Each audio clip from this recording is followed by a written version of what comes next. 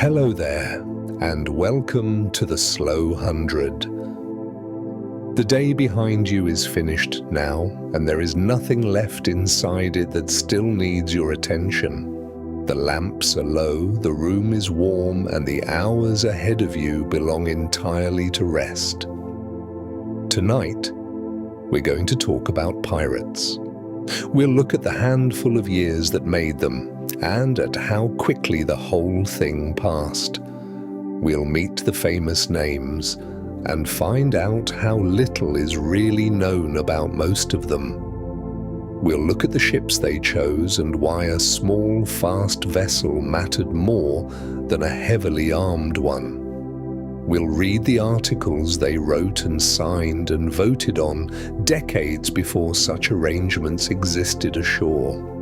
And we'll see how much of what we picture was invented afterwards by novelists and by film studios.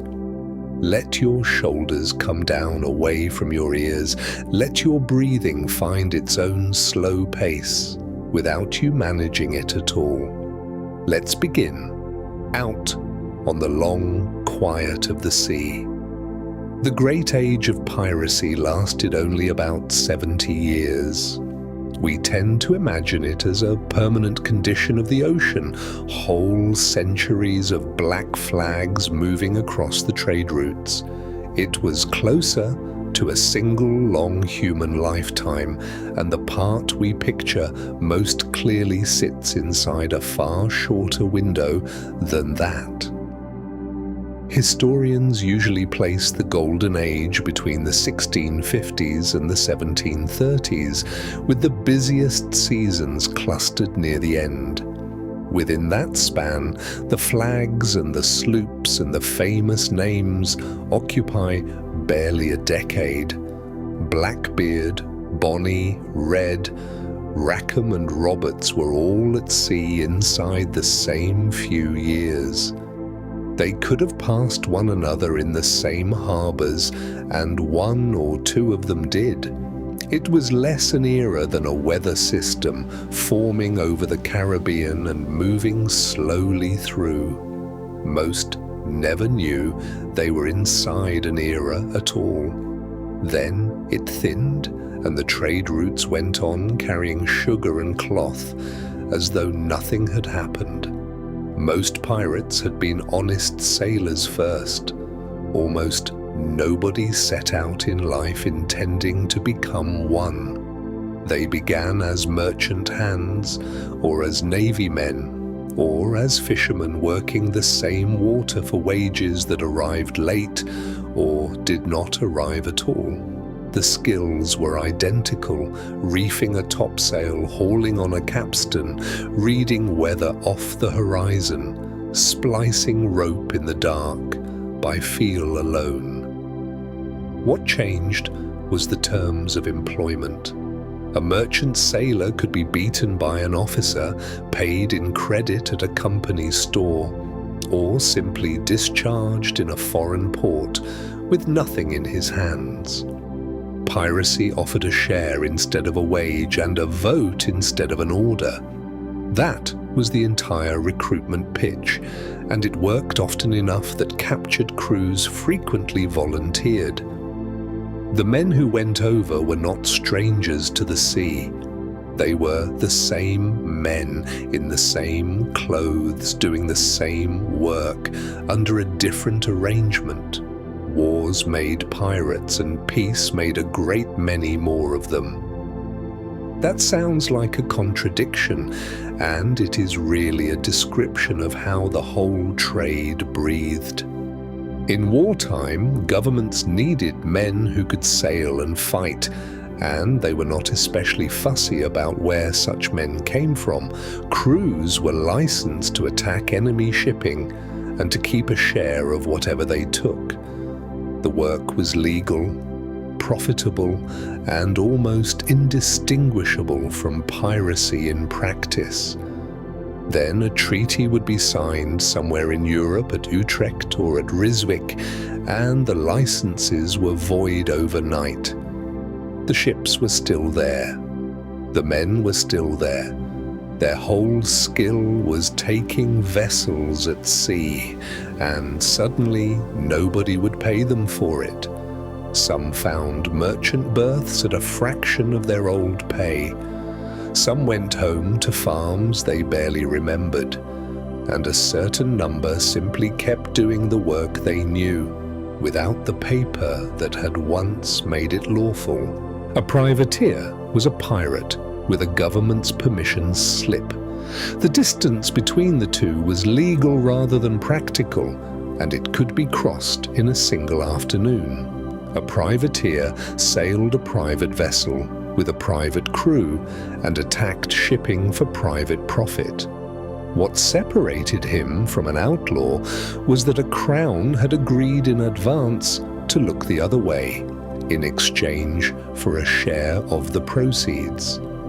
The same ship, the same guns, the same boarding party, the same cargo carried into the same port.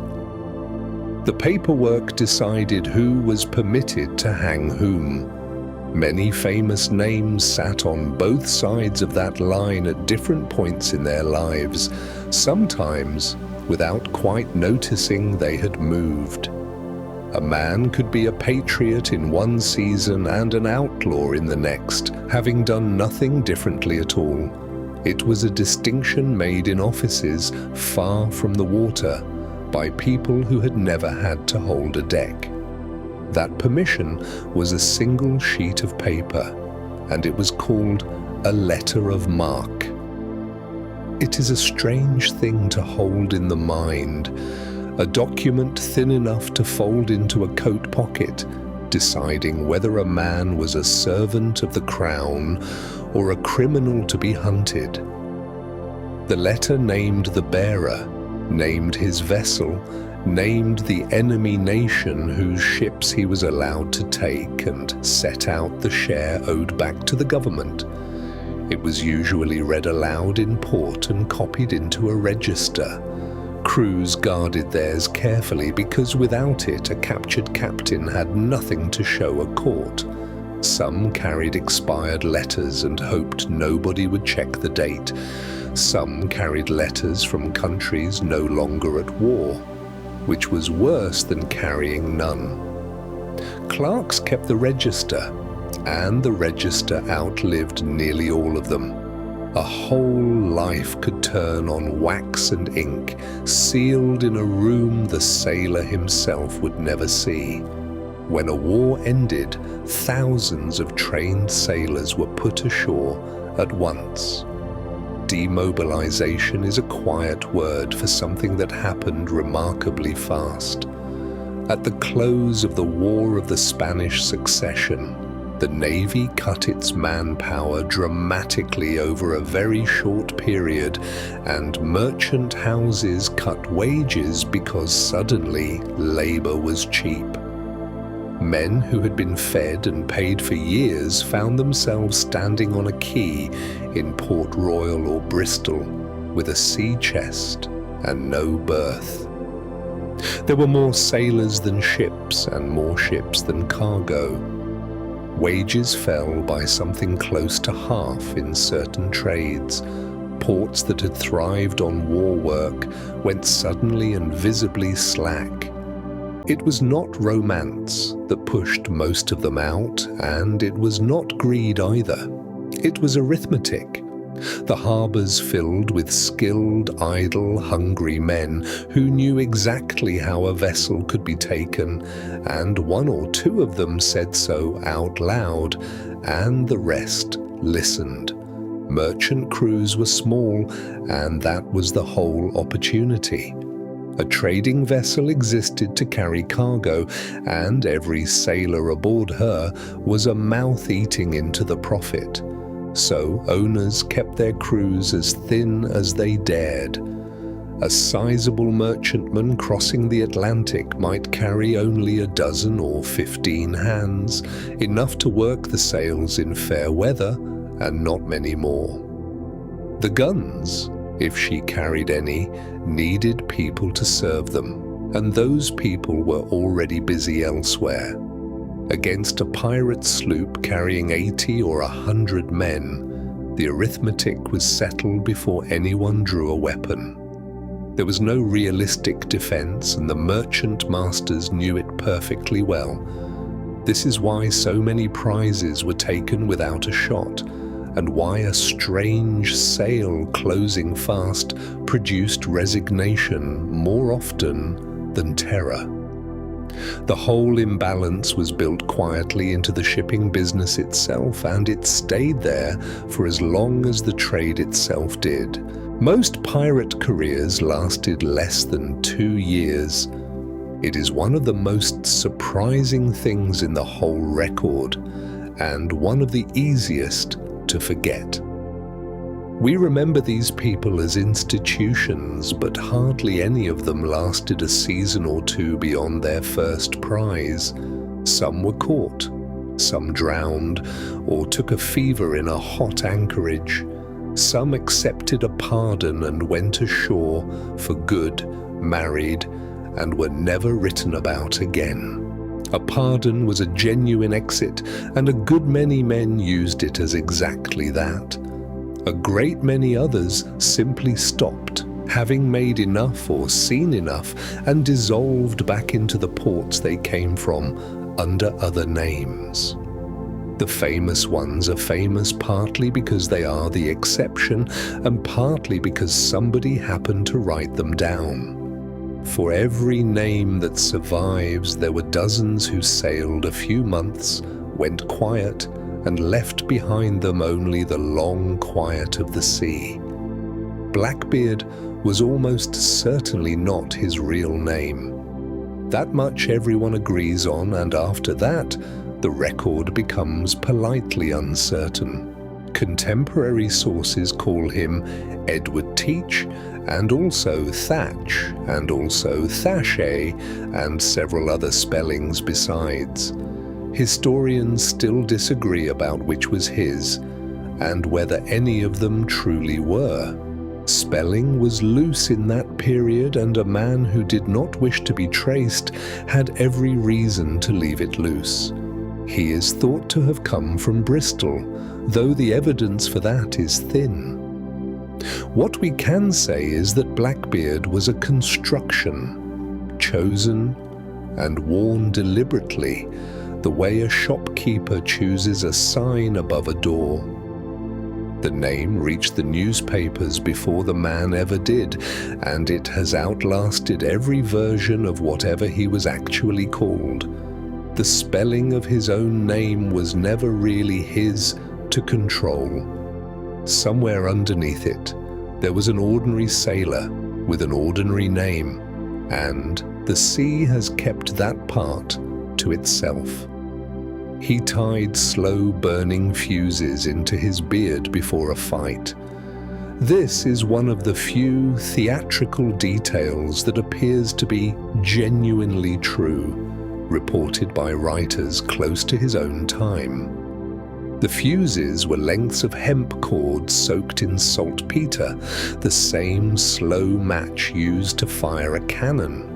Lit at both ends and twisted into the hair around his face, they produced a steady curl of smoke that framed his head.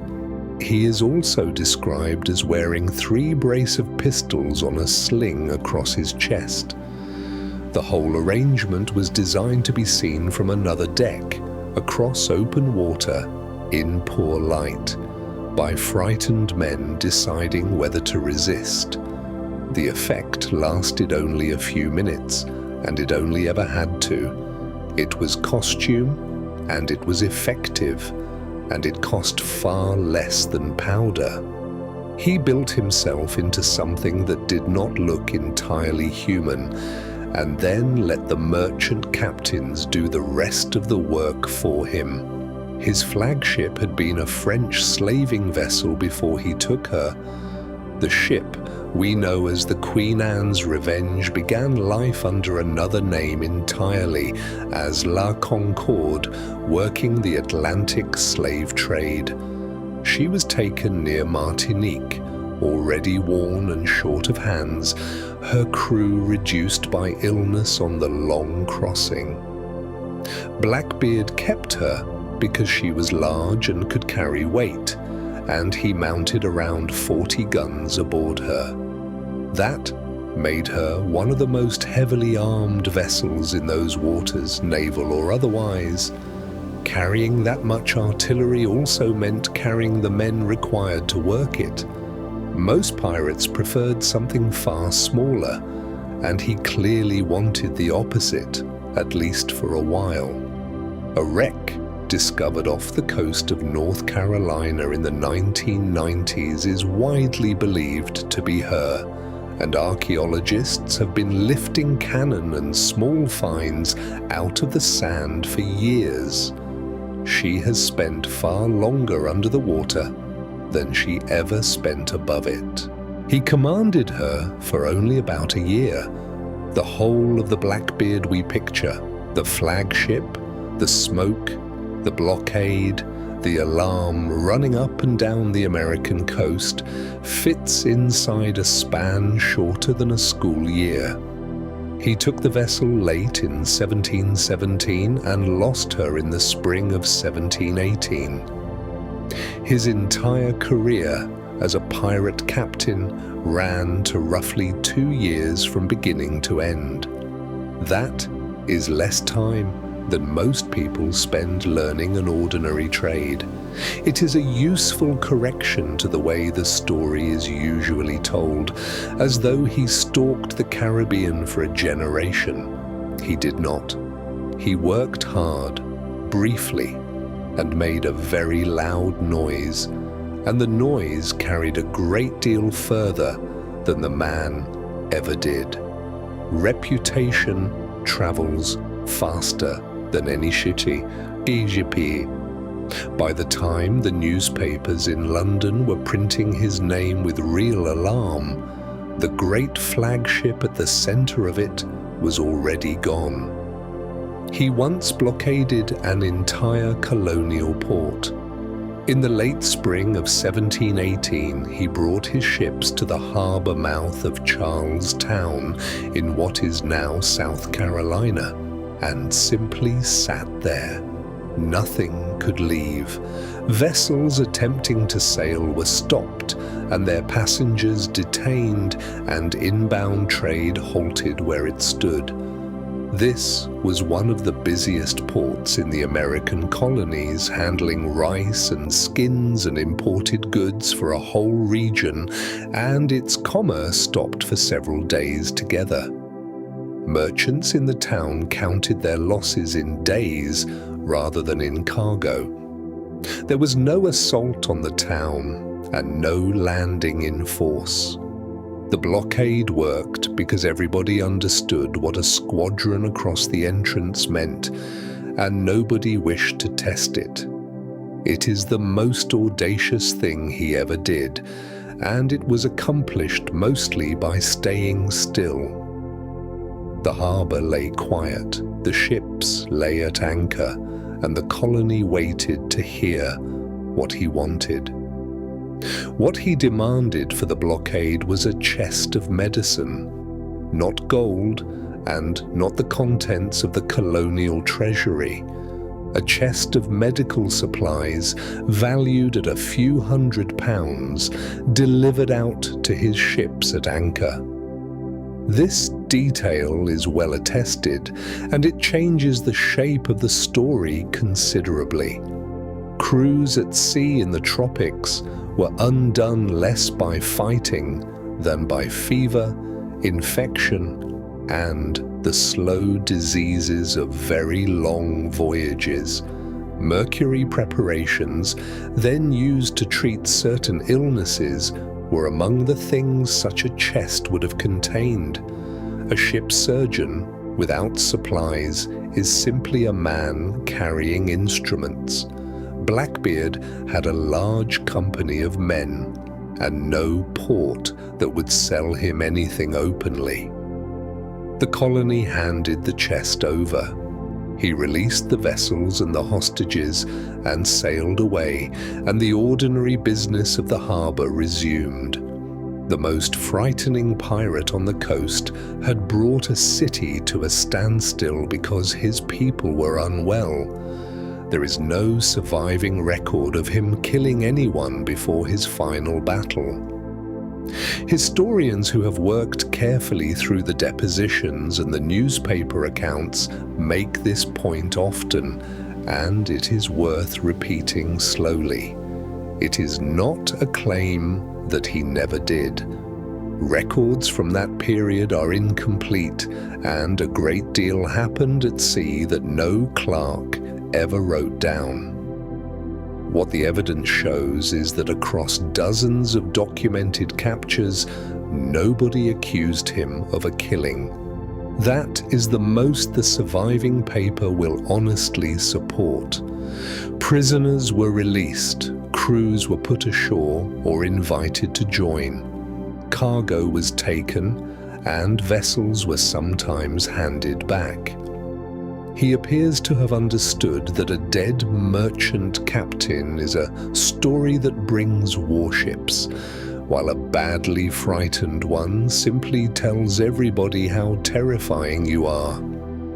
Whatever else he was on the available paper, he seems to have been careful. The reputation did the work that force would otherwise have required. His reputation was the weapon, and the violence was mostly theatre. Once you see the pattern in his career, it becomes difficult to see anything else. The smoke in the beard, the pistols across the chest, the deliberate slowness of a large ship coming alongside, the black flag run up at exactly the right distance. Every element of it had been chosen, and chosen for effect. All of it was staging, arranged for an audience of a dozen frightened merchant sailors who had one decision to make: resist or hand over the cargo and live. He made that decision as easy as he possibly could. It is a strange sort of mercy, delivered by a man who had arranged to look like the worst thing in the world. He wanted surrender, not battle, because battle damages ships and kills the crew you might otherwise recruit. The show was cheaper than a fight, and the harbour gossip carried it further than any cannon could.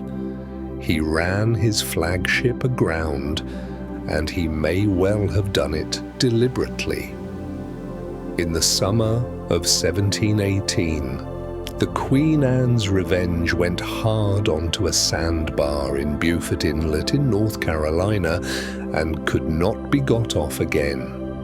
A second vessel grounded while trying to help her. Afterwards, Blackbeard's company was very much smaller, and a good deal of the accumulated plunder went onward with him and a chosen few. Some who were present later said the wrecking had been staged, a tidy way of shedding a crew that had grown too large to pay.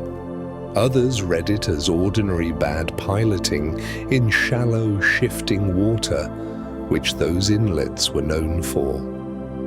The archaeology can settle outcome, but never intention.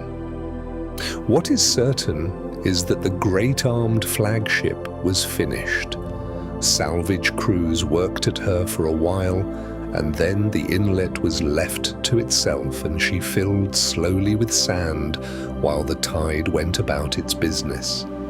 He accepted a royal pardon and then quietly went back to sea. The Crown had offered an amnesty to pirates who surrendered themselves by a certain date, and a good many took it, including him. He presented himself to the governor of North Carolina, gave his oath, and became for a short while a lawful man living ashore in the small town of Bath. He is said to have married there. Amnesties of that kind were common enough in the period, and they rarely held for long.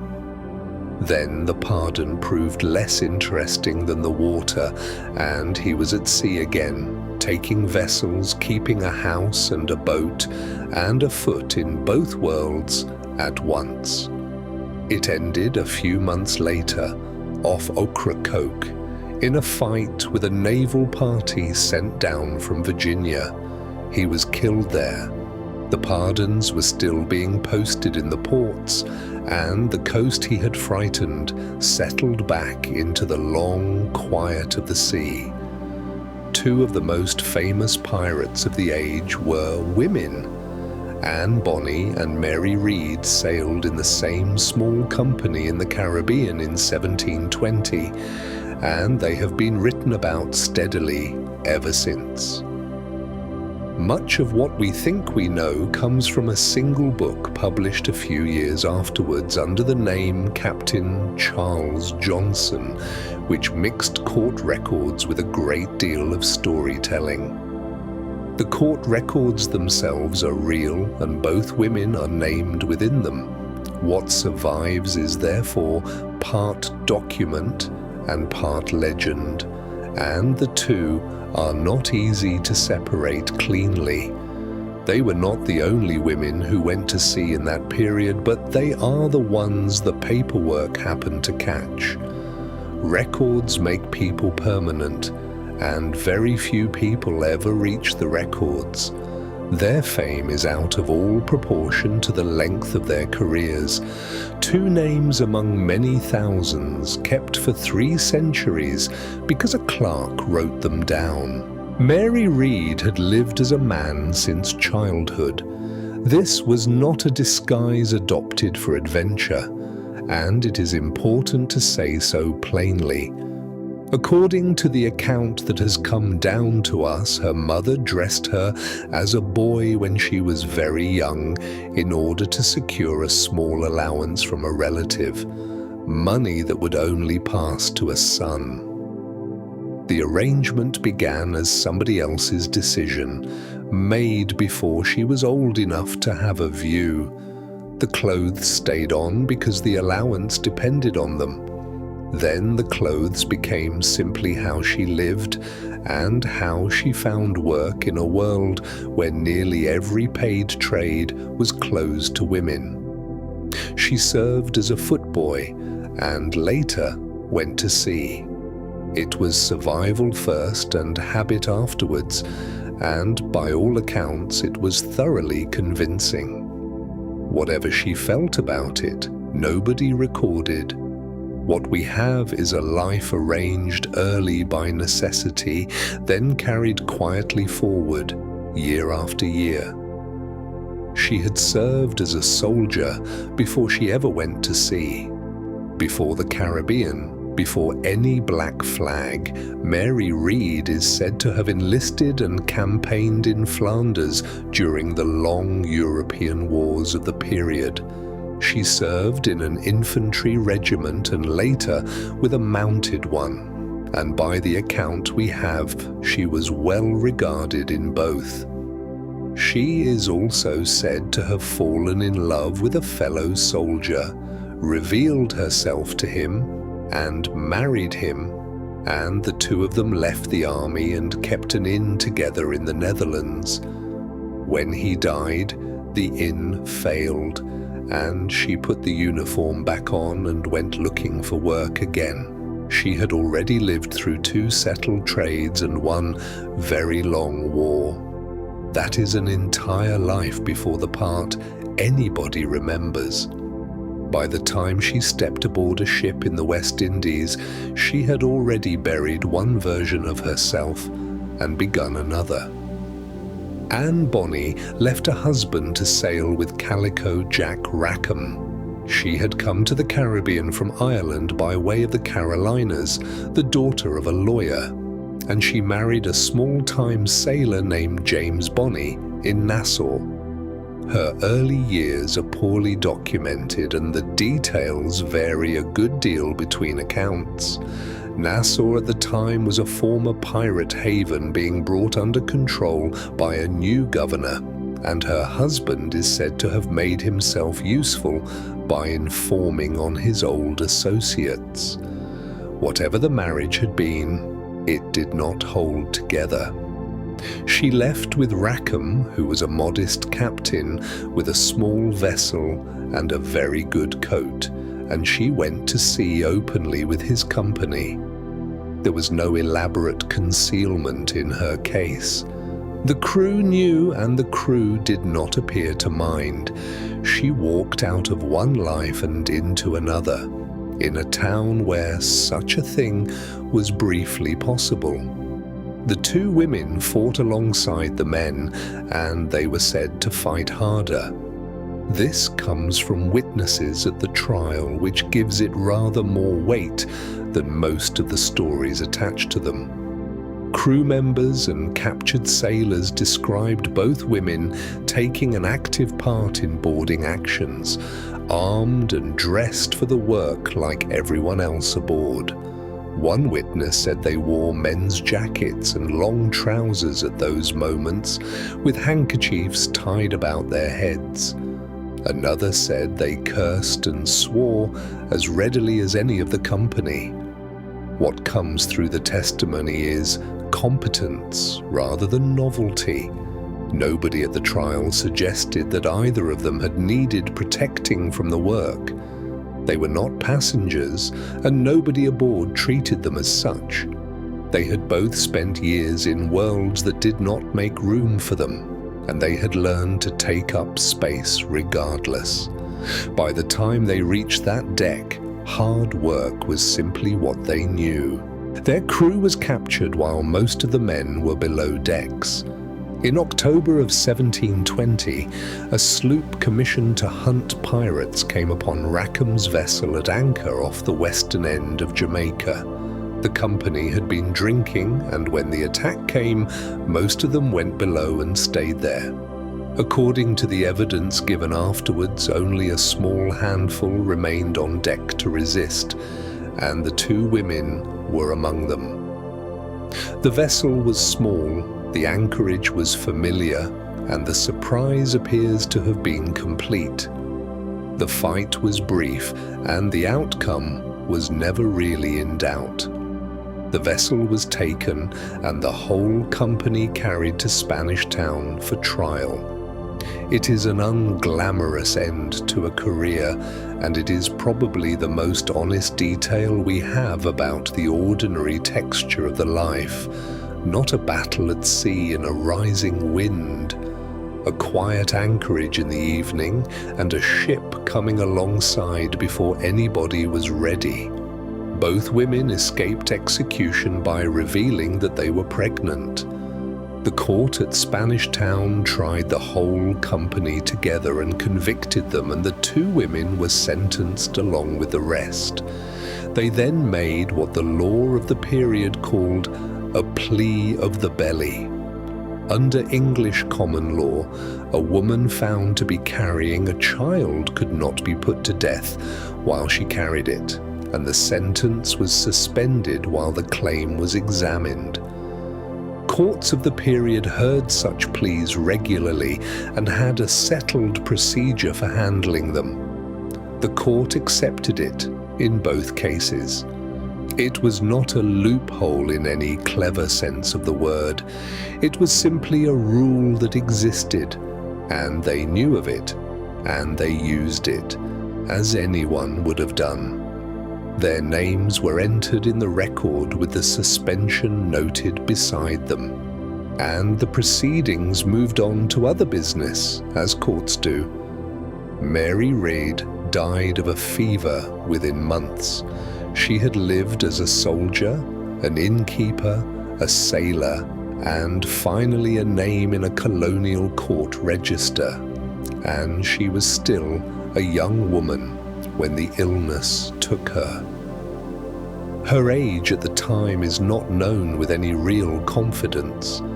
The Caribbean of that period was hard on newcomers and long residents alike, and fevers moved through crowded places without much regard for who anyone was.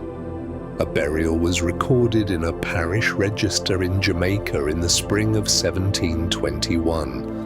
That entry is the last certain thing anybody knows about her. There is no monument and no portrait made from life and no words of her own written down anywhere at all. Everything we have about her passed through other people first. A life spent almost entirely in borrowed clothes, ending quietly in a warm place, a very long way from the cold northern roads she had once marched. What became of Anne Bonny is genuinely unknown. This is worth stating plainly because a great many confident answers have been offered over the years and not one of them can be proved. The court record shows her sentence suspended, and after that, the documents simply stop. She does not appear in a burial register. She is not recorded as having been executed. Some later writers suggested that her father bought her release and took her home to the Carolinas. Others have her marrying again and living to a great age under another name entirely. Family traditions have been offered, and none has ever been matched to a document from the period. Archives have been searched for her many times by many patient people. The honest position is that a woman who had spent her life stepping out of one identity into another stepped out of the record altogether. She was somewhere for years afterwards, and nobody thought to write it down. Calico Jack is remembered mostly for a flag he probably did not design. John Rackham took his nickname from the printed cotton clothing he favored, and as a pirate captain he was a minor figure. He commanded a small sloop. He took small prizes, mostly fishing boats and coastal traders, and his career was brief. Yet the flag associated with him, a skull above two crossed cutlasses, is now the most reproduced pirate emblem anywhere in the world. It appears on toys, on shop signs, on badges, and on flags flown from pleasure boats. The design is simple, and simple designs travel further than complicated ones ever do. There is no contemporary drawing of his colors, and the shape we know was probably tidied into place long afterwards by illustrators. So, the least successful of the famous pirates supplies the image by which the whole age is remembered. Nobody who flies it now is thinking about him. He is everywhere, and almost none of it is really him. Their entire pirate career together lasted only a few months. Anne Bonny joined Rackham's company in the summer of 1720, and by October the whole crew was in custody. Mary Read had been aboard for an even shorter time, having arrived by way of a captured vessel. Within that span, they took a handful of small craft off the Jamaican coast and frightened a number of fishermen. The trial afterwards lasted a matter of days.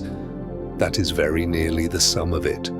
Everything else, the plays, the paintings, the 3 centuries of retelling, grew out of a few weeks of work and one trial transcript. It is a reminder of how thin the original material usually is, and how much later hands have added to it. 3 lives crossed for a single season, in warm water, under a small sail, and then the ordinary trade of the islands closed over the space they left, and there was only the long quiet of the sea. Captain Kidd began as a pirate hunter, hired to catch pirates. William Kidd was a respectable Scottish-born shipmaster living in New York, married to a wealthy widow with a pew in the church and a hand in local trade.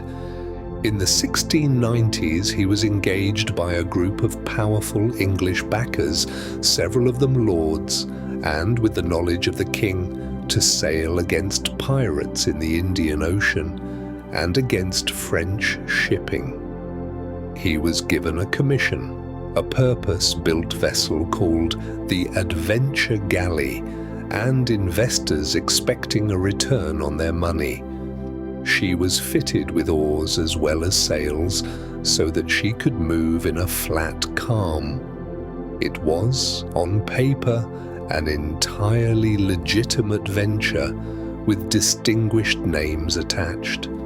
He sailed east with orders, a crew, and a great deal of expectation. Almost nothing went the way it had been drawn up, and the men who signed the papers would later find it convenient to forget them. His crew mutinied when there was nothing to catch. The Adventure Galley sailed on a share arrangement, which meant that most of the company were paid only out of whatever they took. Month after month, they found nothing worth taking. Ships were sighted and turned out to be friendly, or too fast, or carrying passes that put them out of bounds. A share of nothing is still nothing, however carefully it is written down. Sickness went through the crew, and the vessel herself began to leak badly and needed constant pumping. By the time they reached the Indian Ocean, the mood aboard had turned dangerous, and the men wanted Kidd to take something, anything, regardless of whose flag it flew. He held out, and then he did not entirely hold out.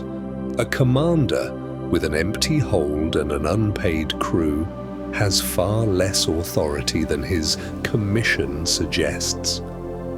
The pressure came from below, month by month, until it simply carried him. The ship he took believing that it was a legal prize. In 1698, Kidd's company captured a large merchant vessel called the Quedagh Merchant in the Indian Ocean. She was carrying a rich cargo, and she was sailing under a French pass, which under the terms of his commission made her fair game. Kidd kept those passes and regarded them as his defense. Passes of that kind were traded, borrowed, and forged across the whole of that ocean. The difficulty was that the ship was Indian-owned, her master was English, and her cargo belonged to merchants with powerful friends at the Mughal court. Diplomatically, the capture was a disaster, and the English trading company in the region suffered for it immediately. Whether he was a pirate or a privateer who had badly misjudged his target has been argued over ever since. The lawyers on both sides knew the passes existed. The answer still depends on which piece of paper you believe. He sailed back to New York, expecting to clear his name. This is the detail that makes Kidd difficult to file away neatly beside the others. A guilty man with a rich cargo had the whole Indian Ocean to disappear into, and several of his contemporaries did exactly that. Kidd came home instead. He crossed the Atlantic, made contact with an old associate who was now a colonial governor, and offered to explain himself and to produce the French passes as proof. He seems genuinely to have believed that the paperwork would settle the matter. Innocent men and guilty men both sail home, which is the trouble with the argument. His powerful backers in London were by then in political trouble of their own, and an inconvenient captain was a useful thing to hand over. He was arrested and sent to England. The passes were not produced at his trial, and they turned up in the archives a very long time afterwards, quietly filed away.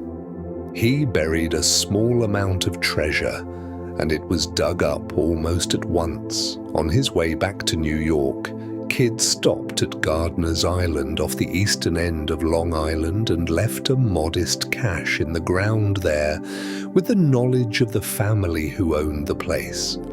It was gold, silver, and some cloth, and it was intended as leverage rather than as a hoard. Within weeks, the authorities came and asked for it, and the family handed it over, and an inventory of the contents was drawn up and sent across to England. That inventory survives, item by item, in the official correspondence of the day. That is the whole of the episode. No riddle, no map, and no long search. A worried man leaving valuables with a neighbour, and the neighbour giving them up as soon as anybody official arrived. The pit was refilled, and the island went back to its sheep and its grass. That one small cache is the source of very nearly every buried treasure story since. Because the burial was real, and because it was written up in official documents, the idea took hold that pirates put their wealth in the ground as a matter of course. They did not. Plunder was divided among the crew as soon as it was practical, and then spent because a share left buried is a share doing nothing for a man who may not see the next season. But Kidd's small cache was enough. Rumors of further hoards spread up and down the American coast within his own lifetime, and people were still digging holes on New England beaches a century later. A novelist would eventually build an entire genre upon it. The stories outlived the man by a very wide margin, and the digging has never entirely stopped. Nearly every coastline with a pirate story attached has a hole in it somewhere, and 3 centuries of hopeful shovels behind it. Henry Morgan was never really a pirate at all. The distinction mattered enormously at the time, even if it has faded since. Morgan sailed under commissions from the English governor of Jamaica, which made him a privateer. A raider licensed by a state that wanted Spanish shipping harmed without admitting that it wanted anything. He kept his paperwork. He divided his plunder according to the terms of his commission, sent the crown's share onward, and returned to a port that welcomed him as an asset rather than an outlaw. Jamaica in those years was a small, nervous English colony sitting inside a Spanish sea, and men like Morgan were its defense budget. The Spanish, understandably, saw no difference. To them, he was the worst kind of thief, the kind with a receipt. But in London, his letters were filed, read, and quietly approved. He was, in the end, an instrument of policy who happened to sail very well. The difference between the 2 words was a signature drying on a page. He sacked one of the richest cities in the Spanish Empire. Panama sat on the Pacific side of the isthmus, the place where silver out of Peru was gathered before it began the long journey home to Spain. It was thought safe because reaching it from the Caribbean meant crossing a wall of jungle that no raiding force had ever managed. Morgan gathered the largest company of his career, well over 1,000 men drawn from a dozen harbors, and went anyway. The city burned during the taking, though who set the first fire was argued about for years afterwards and never settled. What he carried away was rather less than the legend suggests, and the men who had followed him for a share said so loudly. Panama was rebuilt a few miles down the coast, on a better site, behind better walls. The old town was simply left where it stood. Its stone tower is there still, standing in the grass looking out over a bay that has gone quiet. He crossed an isthmus on foot to do it. That single decision is what made the raid possible, and it is also what very nearly ended it. The march took the better part of a week through wet forest, along river courses that ran too shallow for the canoes, with men carrying powder and little else. They had planned to feed themselves by taking villages along the way, and they found the villages emptied and stripped ahead of them. Hunger did far more damage than any ambush. By the time they came out on the far side and saw the Pacific for the first time, the column was thin, ragged, and in no condition to fight anything at all. They fought anyway and won, which says rather more about the defenders than about them. Sailors are seldom good on land. These ones simply had no choice but to become so for a while. Somewhere in that forest are the paths they used, grown over now, holding nothing but rain. He was arrested for it, and then knighted. The timing was awkward rather than criminal.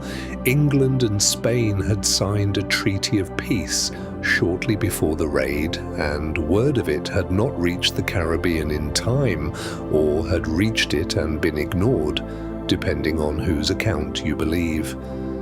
Spain complained furiously. London needed to be seen to act. So Morgan was brought home under arrest and made to explain himself. He explained himself very well indeed. He had his commission, his witnesses, and a talent for being liked in the rooms where it mattered. Rather than facing a trial, he spent 2 years in London as something close to a celebrity, dining with the men who were meant to be judging him. When policy shifted again and the Crown wanted Jamaica defended, he was knighted and sent back. He sailed home a knight in a good coat, with the same warm sea in front of him, and none of it holding any grudge. He finished his life as a lieutenant governor of Jamaica. It is the strangest turn in a strange career. The man Spain considered its greatest tormentor spent his last years signing orders, chairing councils, and organizing the defense of the island he had once used as a base. He also, with no visible discomfort, presided over the suppression of piracy. Former colleagues came before him. Some were pardoned and some were not. And Morgan kept his own counsel about how any of it felt. He grew wealthy in land rather than plunder, holding sugar estates in the hills, and he grew unwell in the ordinary way of men who had eaten and drunk enormously for decades. Port Royal knew him as a planter and a magistrate long before it remembered him as a raider. He died in his bed, was buried with ceremony, and the ships in the harbour fired for him. The sea he had spent his youth crossing carried on without him, as it always does. He sued a publisher for calling him a pirate, and won. A Dutch account of the buccaneers had been translated into English, and it described Morgan in terms he considered both untrue and commercially damaging. So he did what a wealthy colonial official could do. He went to court in London and sued for libel. The case is remarkable simply because it happened at all. Here was a man who had burned a Spanish city, arguing through counsel about the precise meaning of a single word.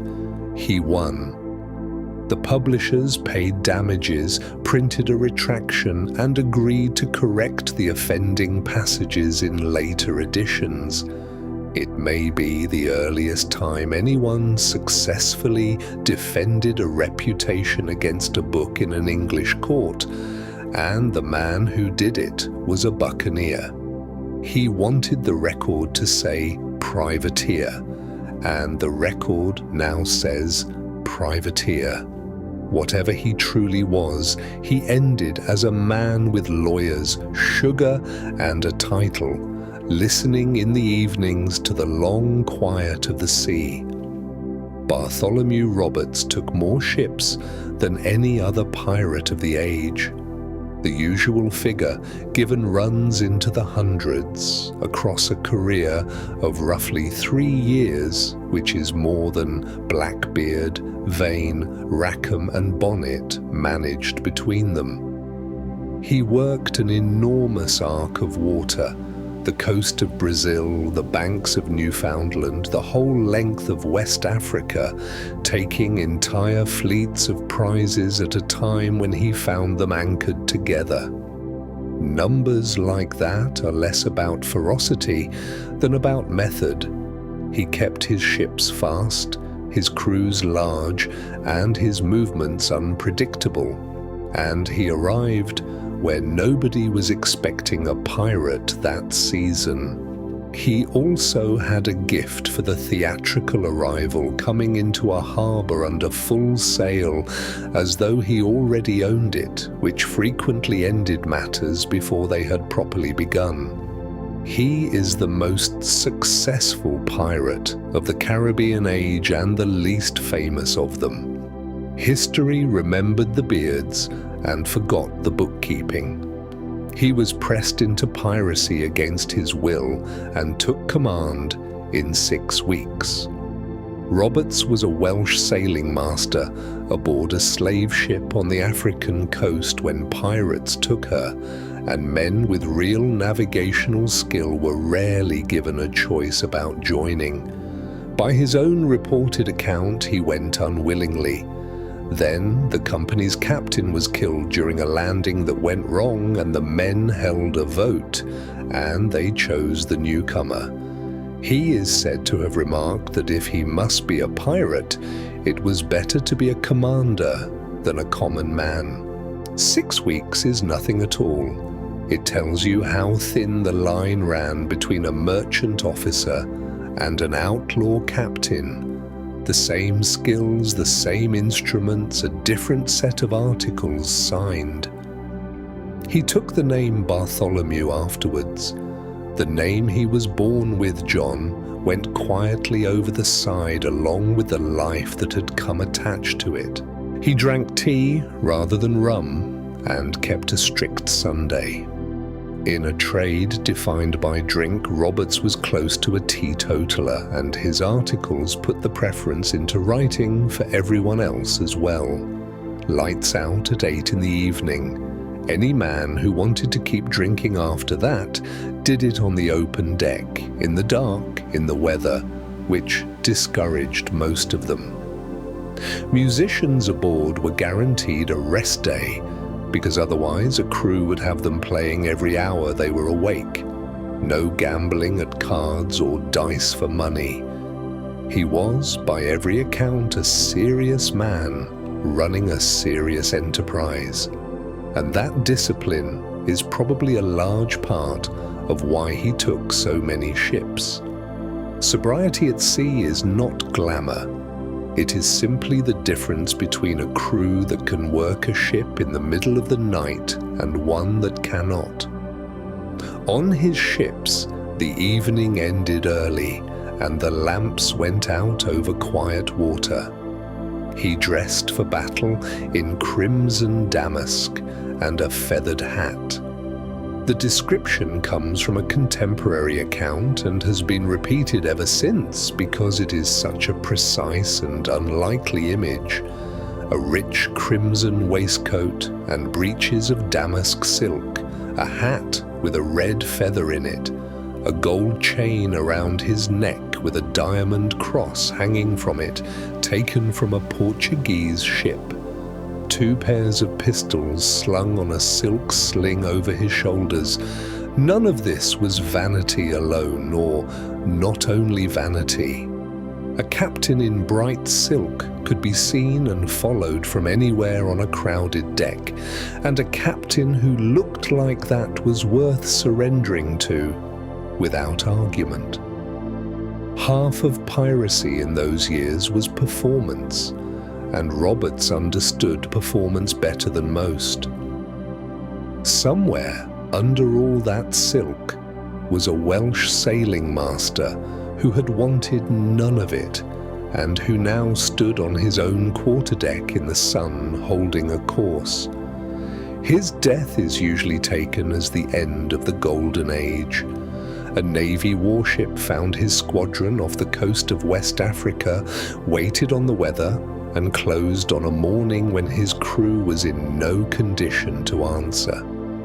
Roberts was killed early in the exchange by a shot from a gun, and his men put him over the side in his fine clothes as his own articles required, before the fighting had even finished. He was somewhere near 40 years old. After that, the arc bends downward quickly. The great companies broke up or were taken. The navies grew better funded and better organized with every season. And within a decade, there was no longer a golden age left to be at the end of. What he left behind was a set of written articles, a very long list of ships, and a name that historians use as a full stop. The coast where it happened is still there, warm and green and largely indifferent. Stede Bonnet was a wealthy gentleman who bought a ship and turned pirate. He was a landowner on Barbados, an officer in the island militia, married with children, comfortable in every measurable way. Then, somewhere in his late 20s, he had a vessel built and fitted at his own expense, hired a crew for wages, and sailed away to rob shipping. Nobody has ever satisfactorily explained why. The contemporary accounts reach for domestic unhappiness, which may be gossip, or for some disorder of the mind, which may be the same gossip in a different coat. What is certain is that no other pirate of the age began this way. Everyone else was pushed into it by unemployment, mutiny, or capture. Bonnet chose it, paid for it, and was extremely bad at it. He named his ship the Revenge, though what he was avenging he never said. He simply cast off one evening and left a very comfortable life standing on the shore behind him. He is the only pirate known to have paid his crew wages. Every other company of the era worked on shares. No prize meant no pay, and the risk was carried equally by everyone aboard. Bonnet, coming from a world of estates and hired labor, did the thing that made sense to him and put his men on a salary out of his own pocket. It is a genuinely interesting decision. It meant his crew had no financial stake in whether they ever took anything, which removed the one force that held pirate companies together. It also meant he was, technically, an employer at sea, with a payroll to meet.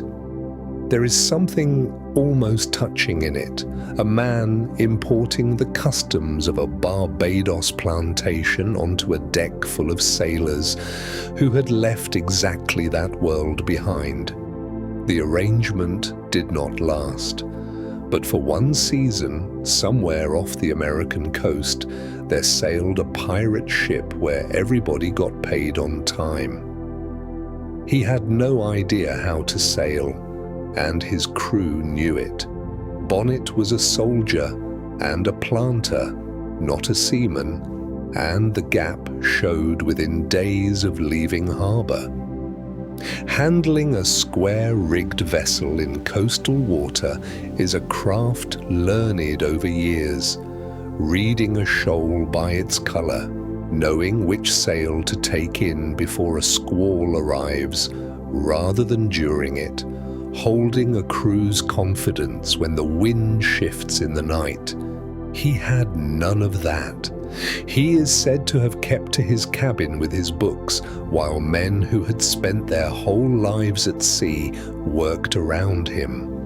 A crew forgives a great deal in a captain, but not the sense that he does not understand the water underneath them. What he had bought was a ship. What he had not bought and could not buy was the 20 years it takes to know one. The Revenge sailed on regardless in other men's hands. Blackbeard took his ship from him twice. The two men met off the American coast, and the arrangement that followed was less a partnership than a very polite annexation. Blackbeard came aboard the Revenge, observed the situation, and installed one of his own officers as her working captain. Bonnet remained aboard as a guest with his books and his dressing gown, relieved of any actual command. He seems to have accepted this with something close to gratitude.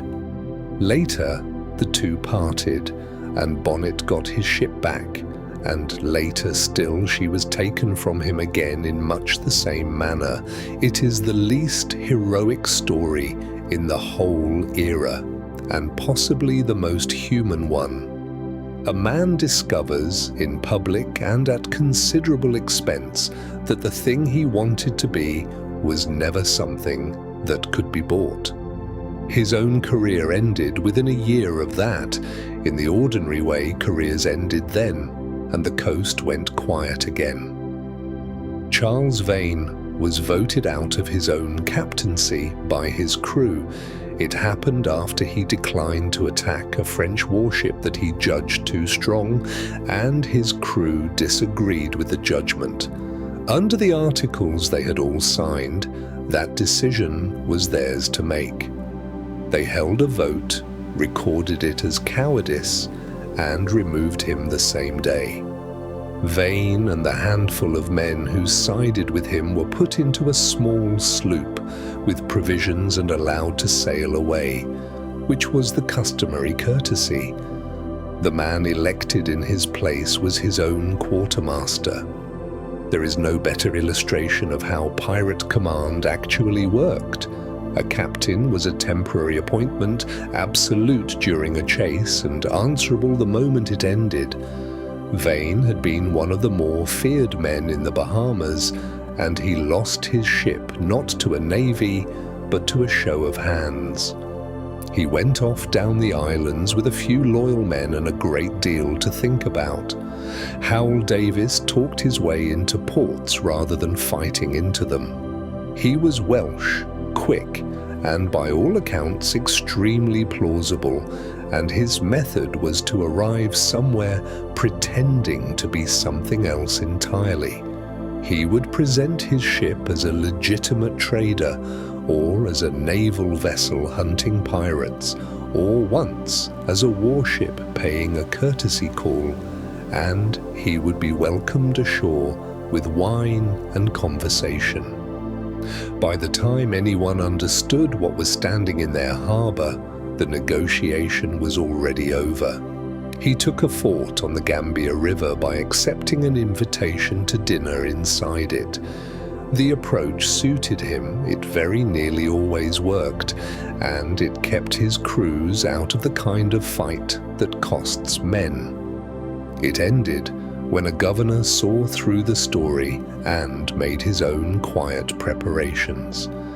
Davis walked into that one exactly as he had walked into all the others, expecting a table to be laid for him. Edward Lowe was disliked even by other pirates. That is a genuinely unusual thing to be able to say about a man in this trade, and it is worth sitting with for a moment. Pirate companies were tolerant of a great deal out of necessity and habit. They were not tolerant of him. He had come out of poverty in London and drifted through several trades before the sea, and once he held a command, his reputation travelled ahead of him in a way that closed doors rather than opening them. Other captains kept their distance. Crews who might have joined him chose other ships instead. Even the men who did sail with him are recorded as having eventually had enough, and he was set adrift by his own company in the end. What became of him afterwards is unclear, and the accounts disagree. He is the one figure of the whole age that nobody, then or since, has ever tried to make romantic. Henry. Every took the richest prize in the history of piracy.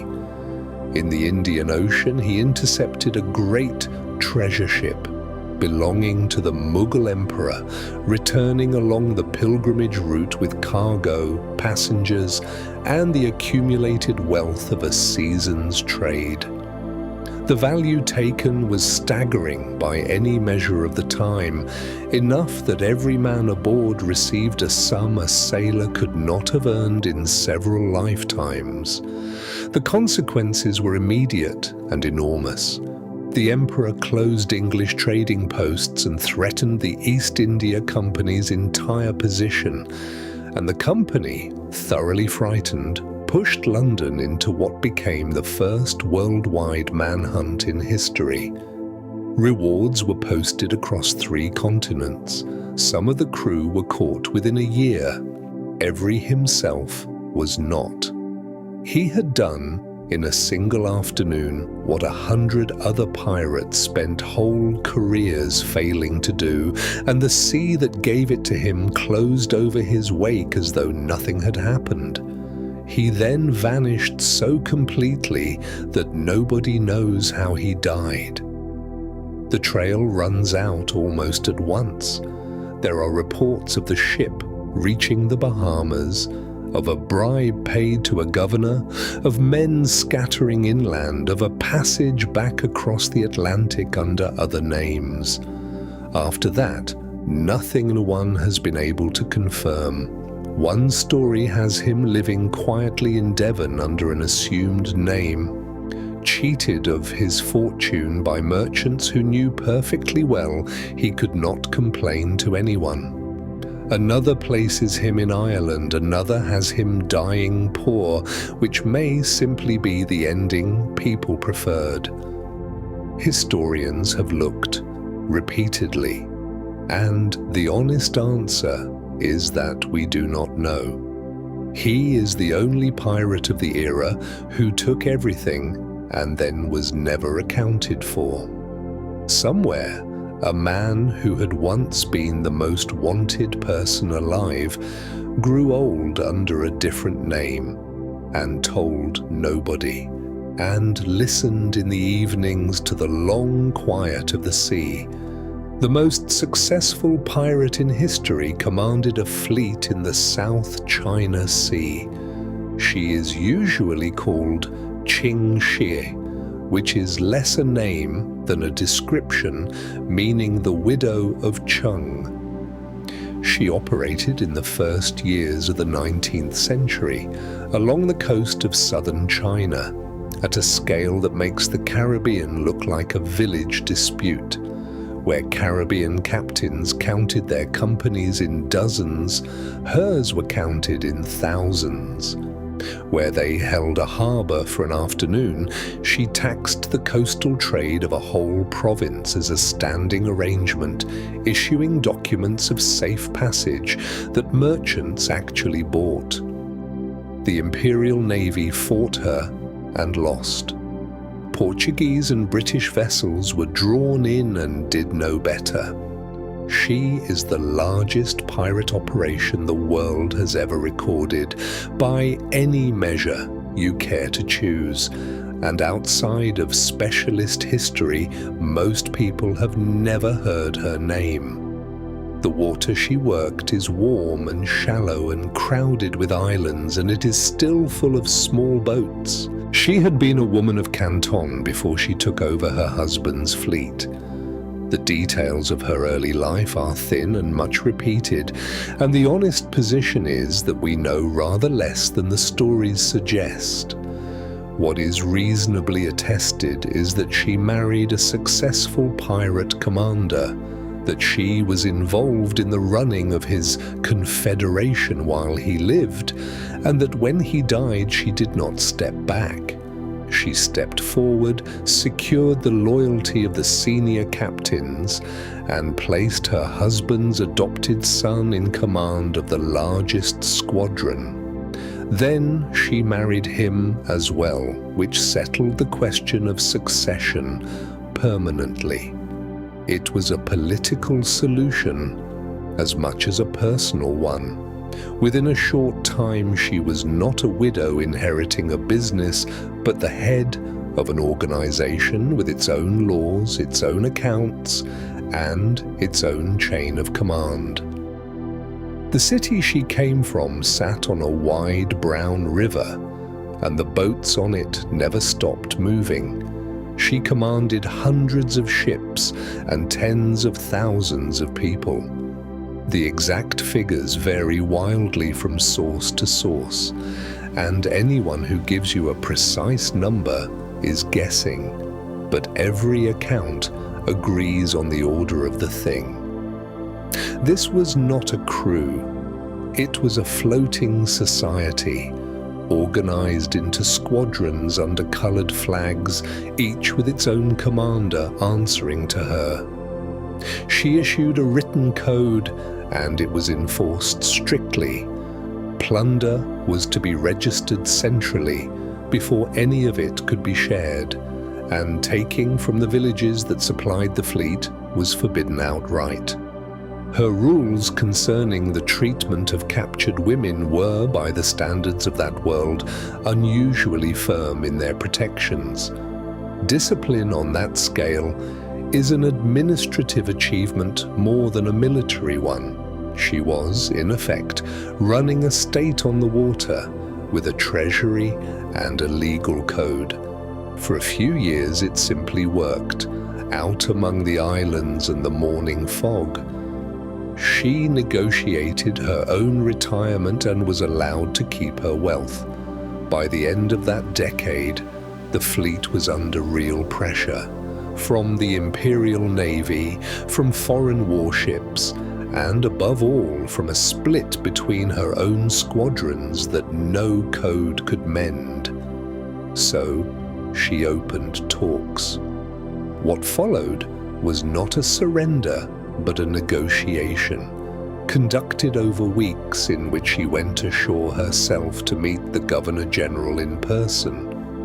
The terms she obtained were remarkable: a general amnesty for her people, positions in the imperial military for those who wanted them, and, for herself, no punishment and no confiscation of any kind.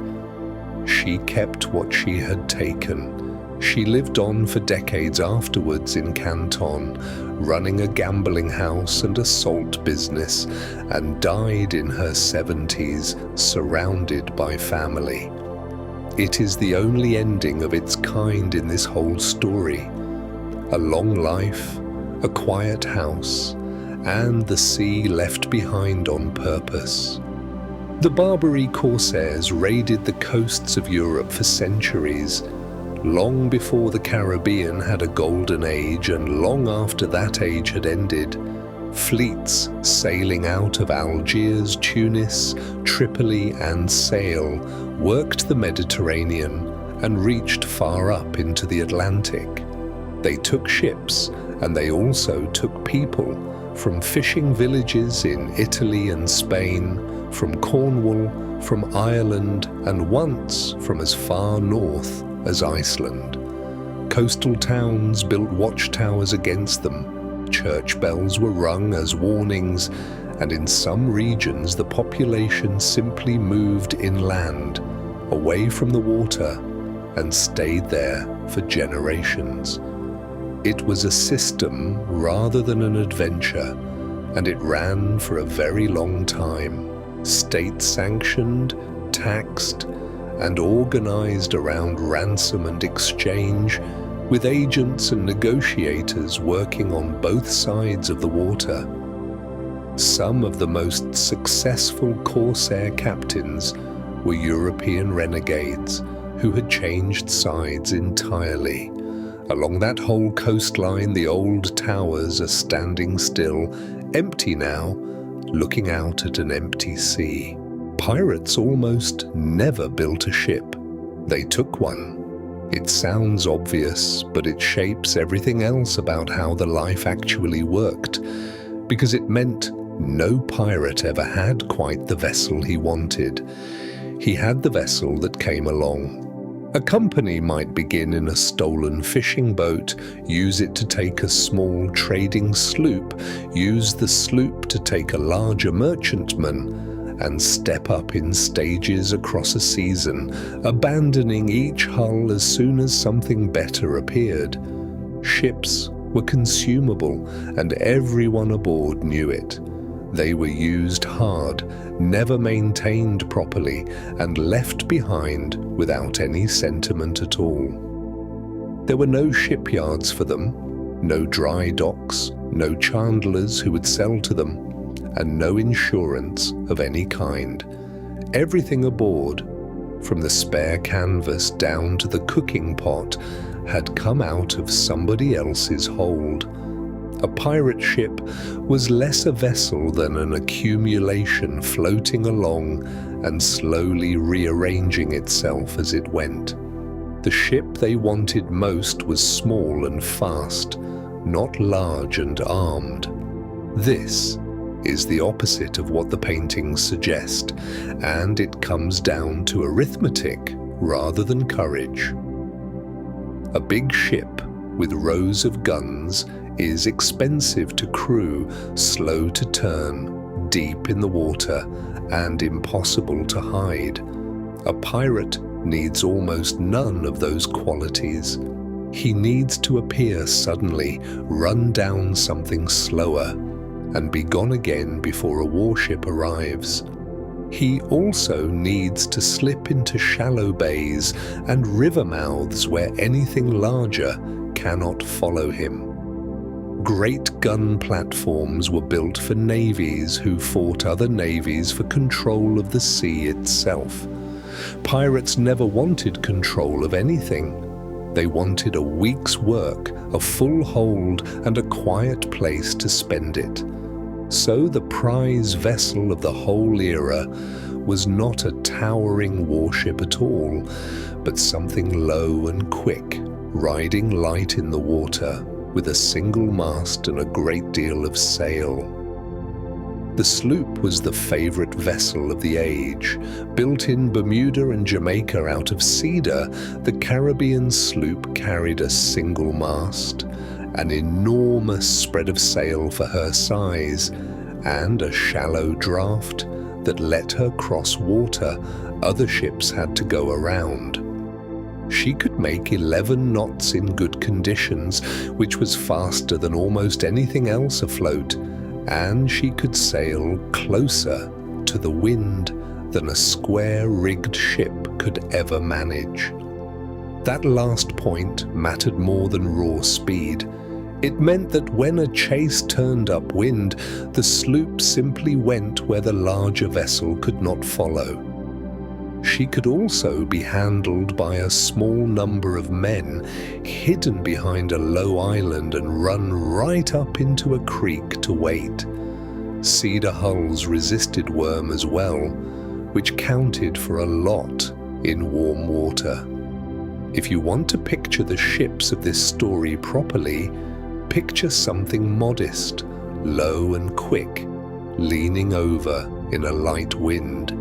Speed mattered more than firepower because most prizes surrendered. A merchant crew was small, unpaid for heroics, and carrying somebody else's cargo in somebody else's ship.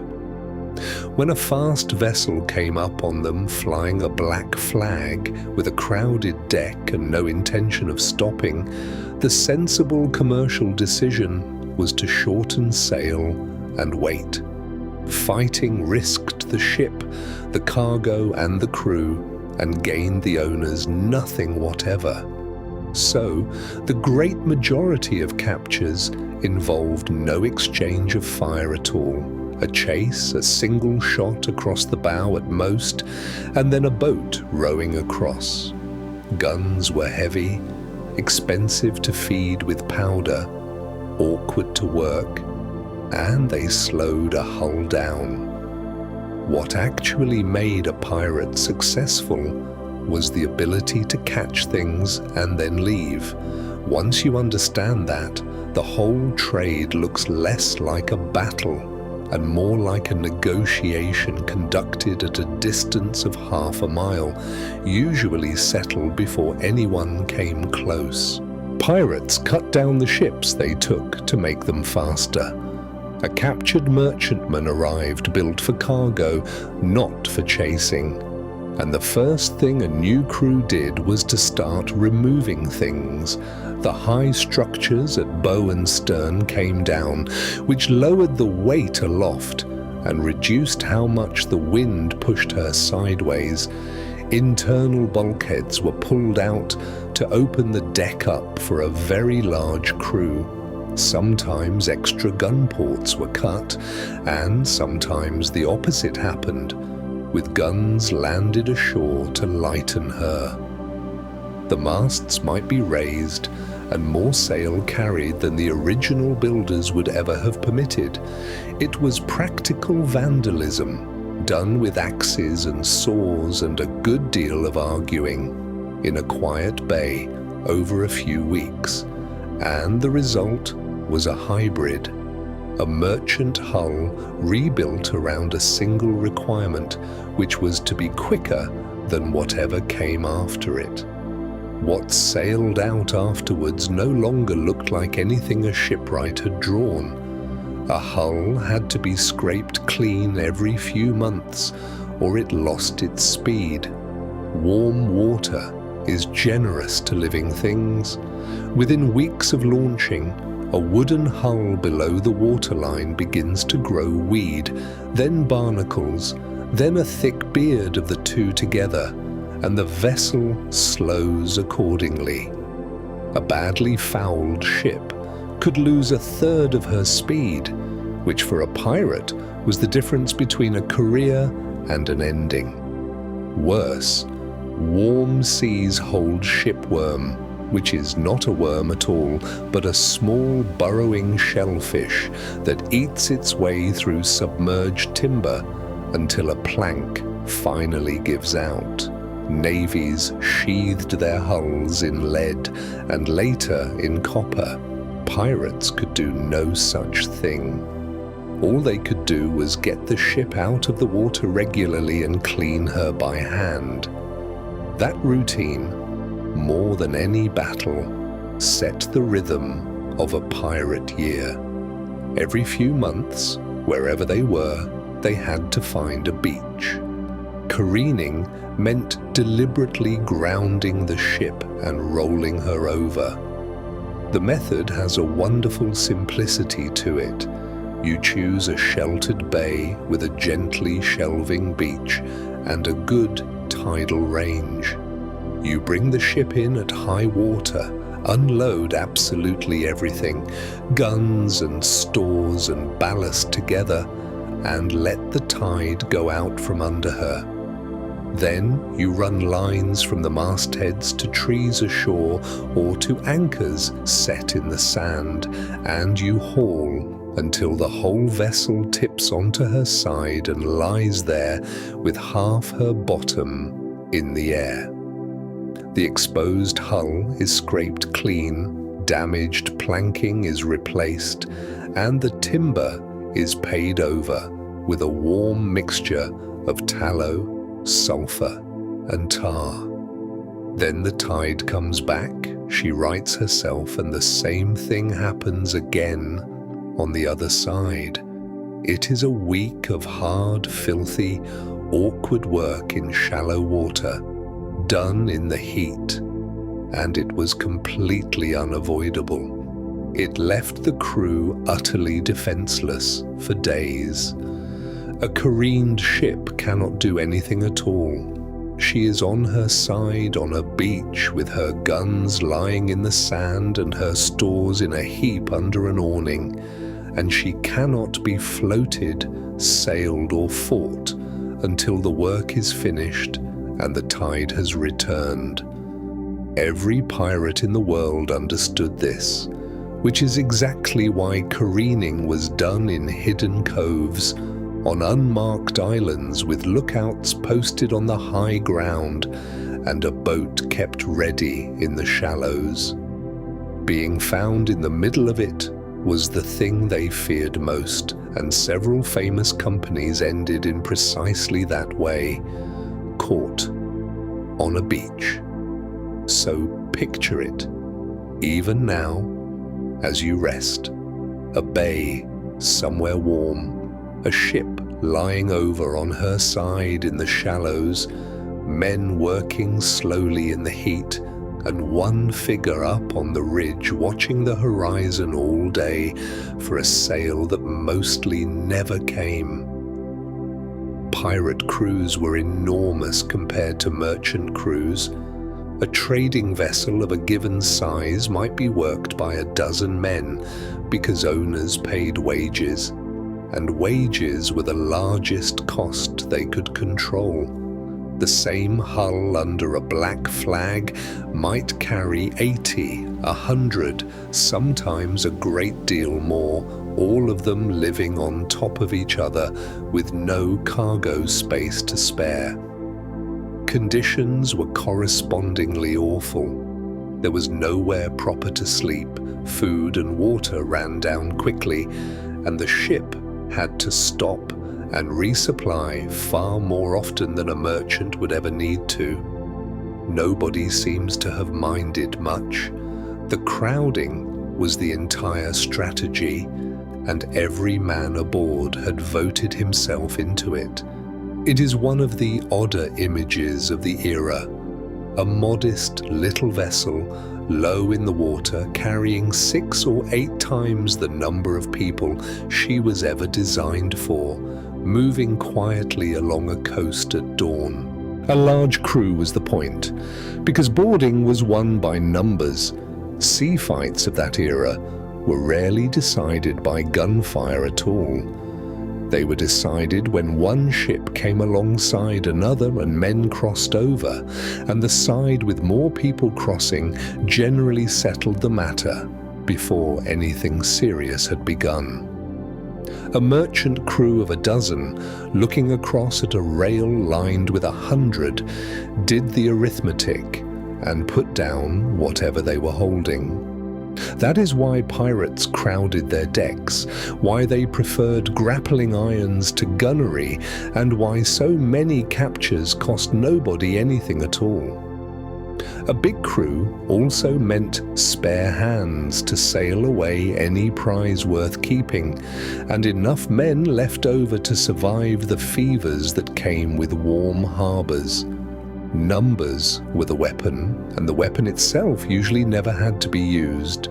Beyond the rail, past all that arithmetic, there was nothing to hear but the long quiet of the sea.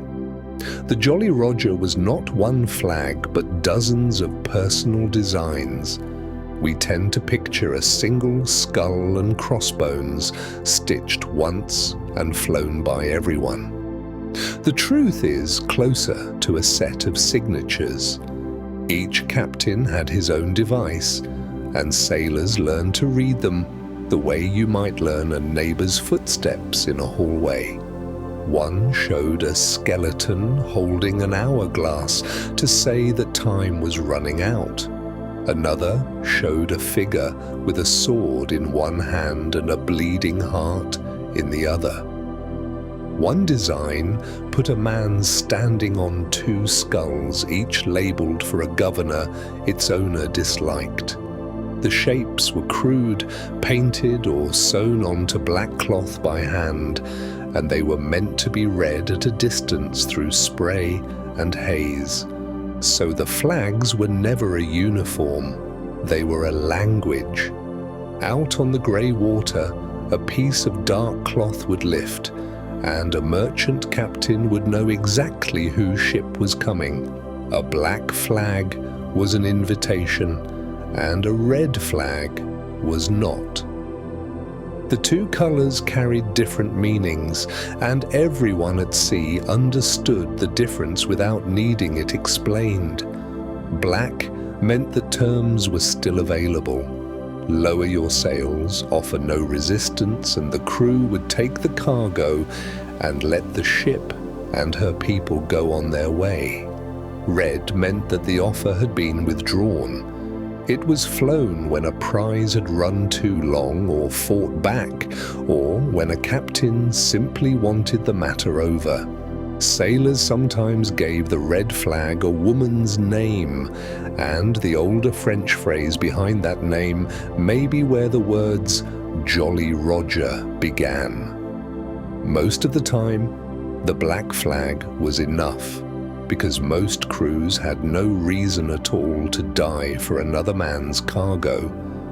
A square of dark cloth rising lowly up a mast, and a quiet decision being made on a deck a mile away, flying false colours until the last moment was standard practice. A pirate ship did not announce herself across open water. She came on wearing somebody else's identity, and she kept it for as long as it was useful. Ships of the period carried whole chests of flags for perfectly legitimate reasons, since a trader might need to look Dutch in one harbour and English in another. A pirate used the same trick with a different intention. She would run up a friendly ensign, close the distance at an unremarkable speed, and behave like a vessel with ordinary business somewhere else. Only when she was near enough that escape was pointless did the borrowed flag come down and the black one go up. Some crews kept the friendly colours flying, even while the boarding party quietly made ready. It was theatre in the service of arithmetic. The whole art of it was to look like nothing in particular, right up to the moment when looking like nothing in particular no longer mattered.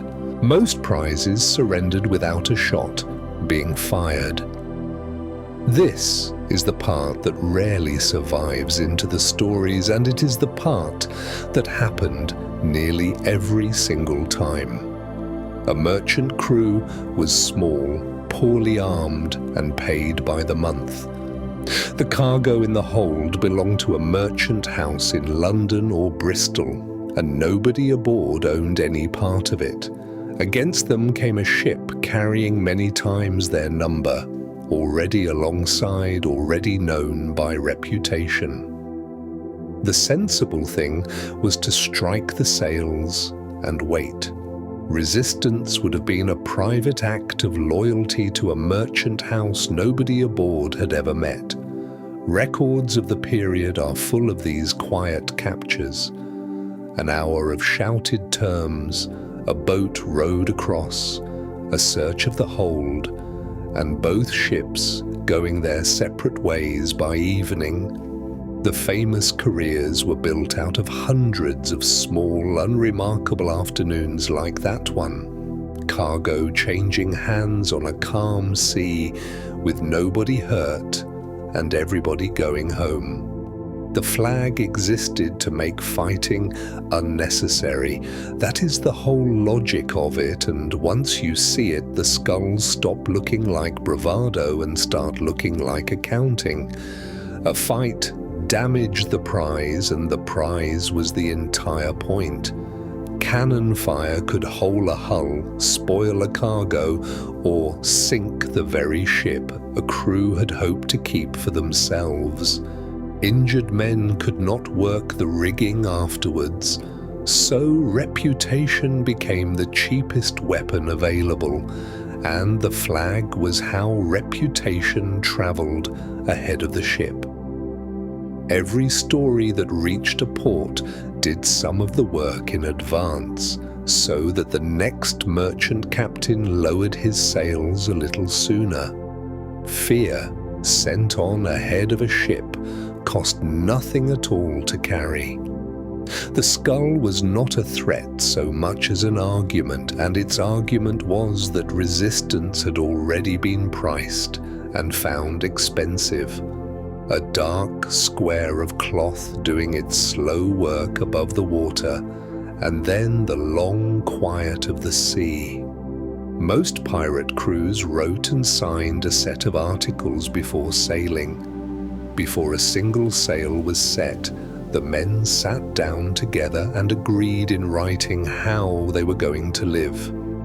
The articles covered shares, conduct, compensation, and the handling of disputes between one man and another.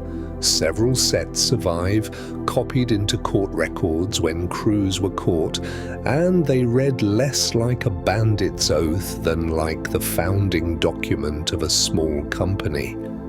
Every man signed or made his mark, and the signing mattered, because a man who had not signed was neither bound by them nor entitled to anything under them. Some crews had the articles read aloud so that nobody could later claim ignorance of a rule.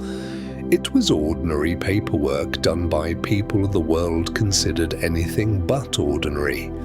A table below decks, a candle, a sheet passed from hand to hand, and a whole small society settled before the ship ever cleared the harbour.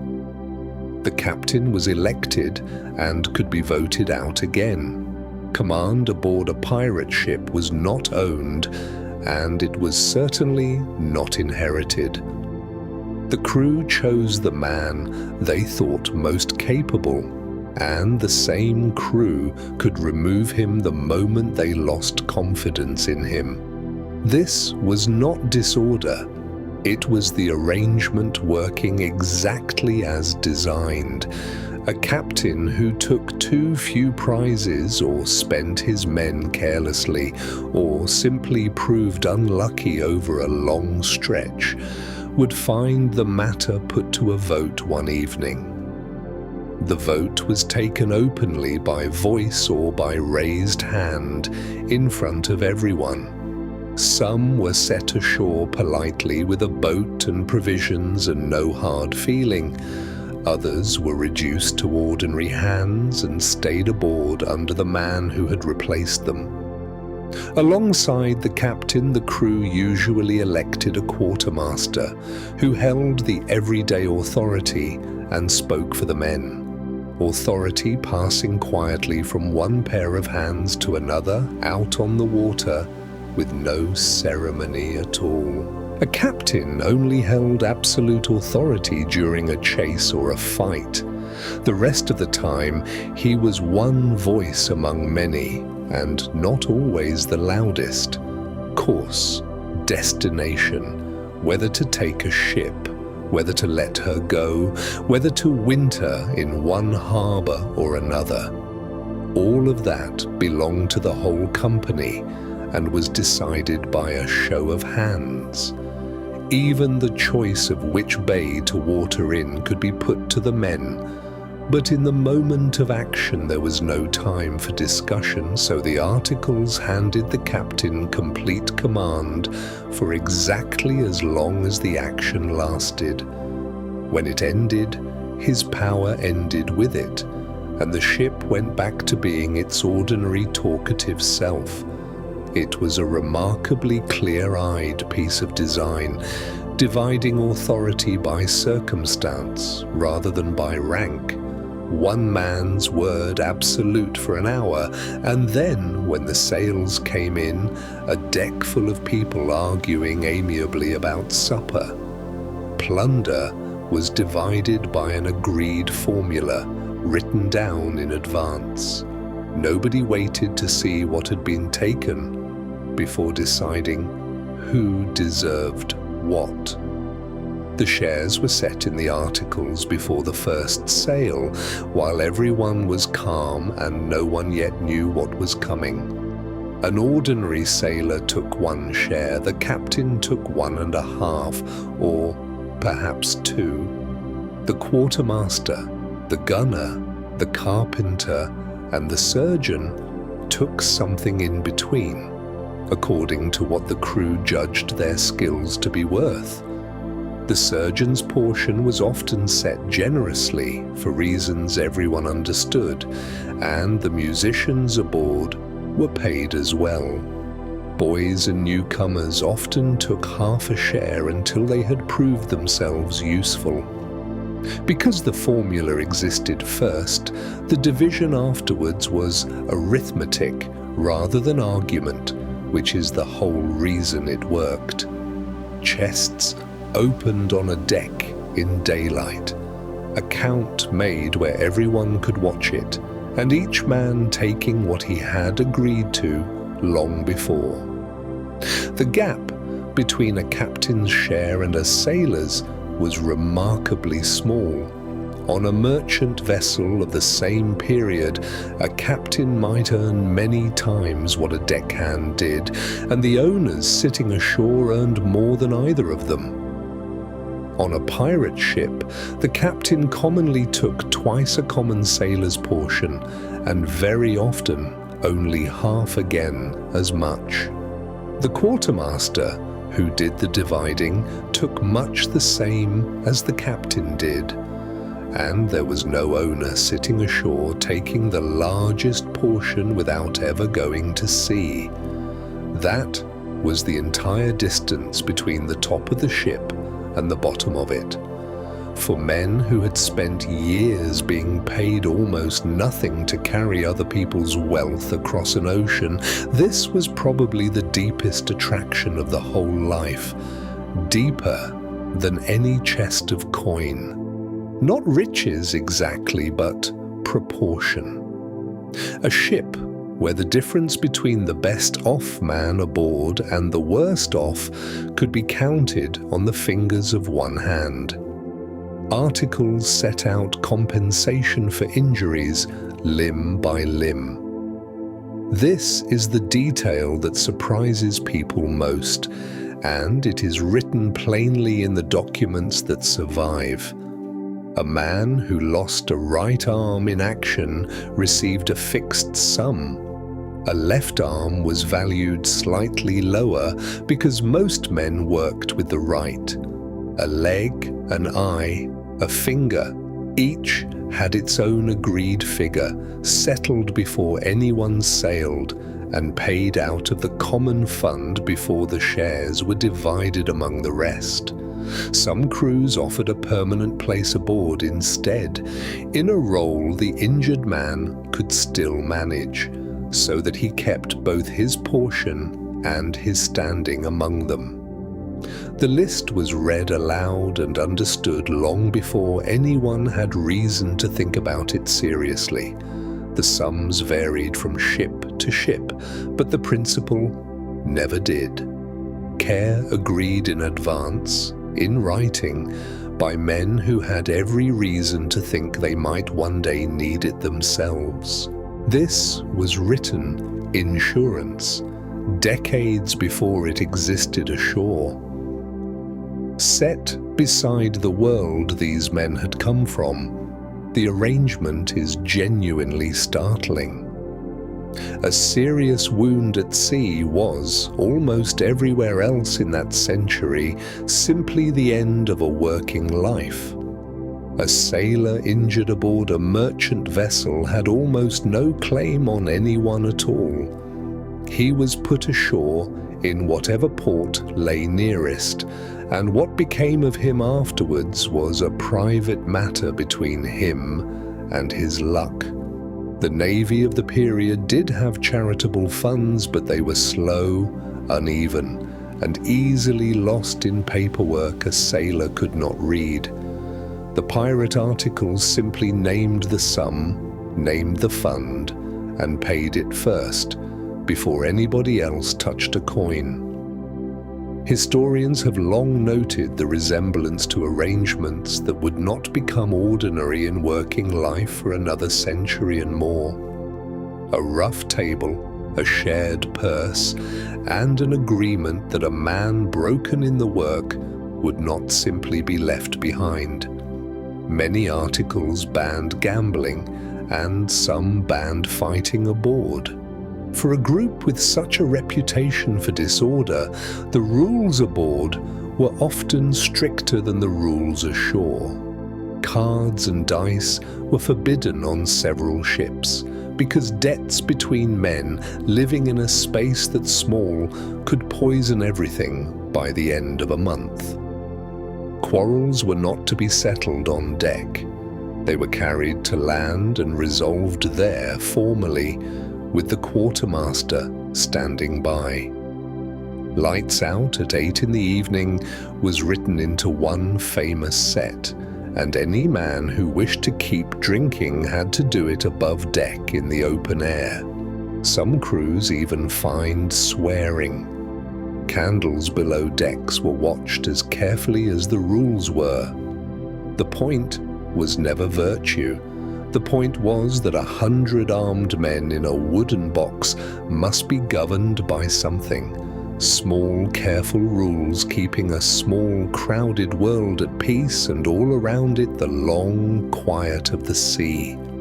Pirate food was the same bad food as everyone else's, only less regular.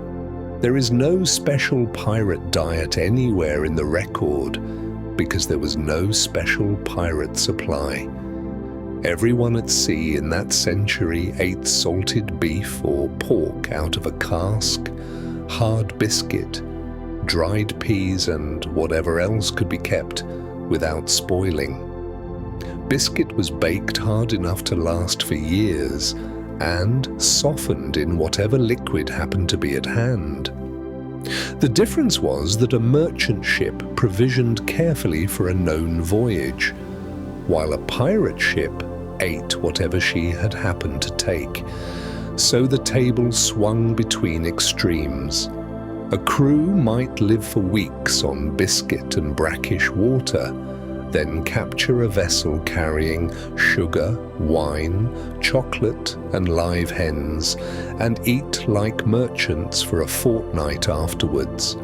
Turtles were caught and kept alive in the hold because they kept themselves fresh. Feast and famine, arriving in no particular order, decided entirely by whatever came up over the horizon. Fresh water went foul, which is why everything was mixed with alcohol. Water stored in wooden casks did not stay clean for long.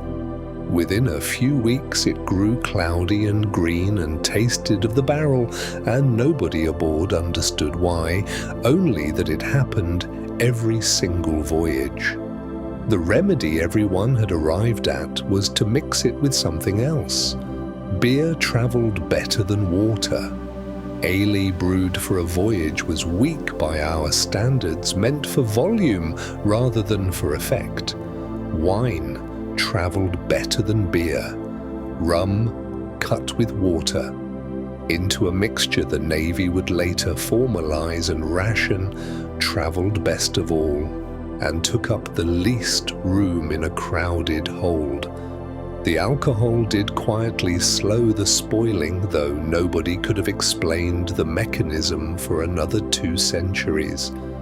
The daily ration of water grew smaller as a voyage lengthened. Casks rolling gently in the dark below the waterline, and a crew drinking their water sweetened just enough to forget where it had been. Scurvy killed more sailors of that era than any battle ever did. On the long voyages of the age, the disease took a share of the crew so predictable that owners simply expected it and hired accordingly. Men grew tired, then bruised easily, then found old healed wounds quietly opening again, and the cause was nothing more than months without fresh food.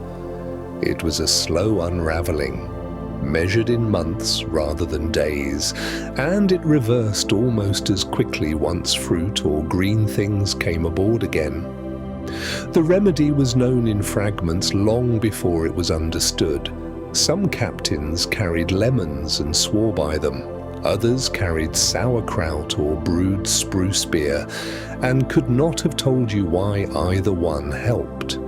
Pirates sometimes fared better than the navies chasing them because they stopped often, took fresh provisions from the ships they met, and kept to nobody's schedule.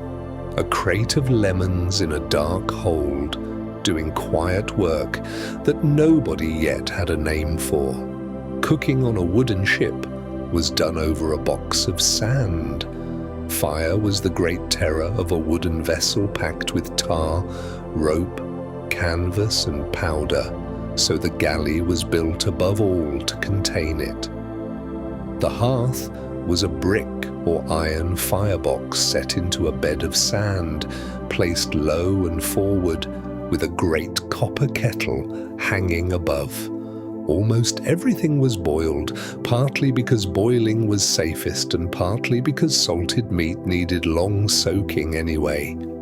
In rough weather, the fire was put out entirely, and the crew ate their food cold and said nothing about it. The cook was often a man who had lost a limb in the ship's work and had been given the pot so that he kept his place aboard. On smaller sloops, there was often no galley at all, and cooking happened on deck in a metal tub whenever the sea allowed. One small managed fire in the middle of all that timber, watched more carefully than anything else aboard. Most sailors of the age could not swim. It sounds impossible for men who spent their whole working lives on the water, and yet it was the ordinary case. Few of them had grown up near safe swimming water, and there was no instruction to be had anywhere. Some held a quiet belief that learning only prolonged a drowning, and others thought it unlucky to make plans for the sea taking you. Ships carried few boats and no reliable way of recovering a man once he was over the side. In most weather, a man in the water was simply beyond reach. What mattered instead was staying aboard. Sailors were extraordinarily good at holding on, at moving along a wet spar in a rising wind, at knowing by feel which rope would take a man's weight. Their whole competence lived in the rigging rather than in the water beneath it. A ship as the only solid thing in the world, and every skill they owned bent toward remaining on it. Pirates were often more racially mixed than the navies chasing them. Crews of the period regularly included men born in Africa, in the Caribbean, in the American colonies, and across Europe, sailing together with a share each. Some had escaped slavery aboard captured vessels and had chosen to sign the articles rather than be sold again. Others came aboard from ports where a berth was a berth and few questions were asked. The articles themselves drew no distinction because a share is a share. Surviving crew lists suggest that a substantial portion of some companies were black sailors, and a few held positions of real standing aboard their ships. This was not a movement for anything, and it should not be romanticized past what the record will carry.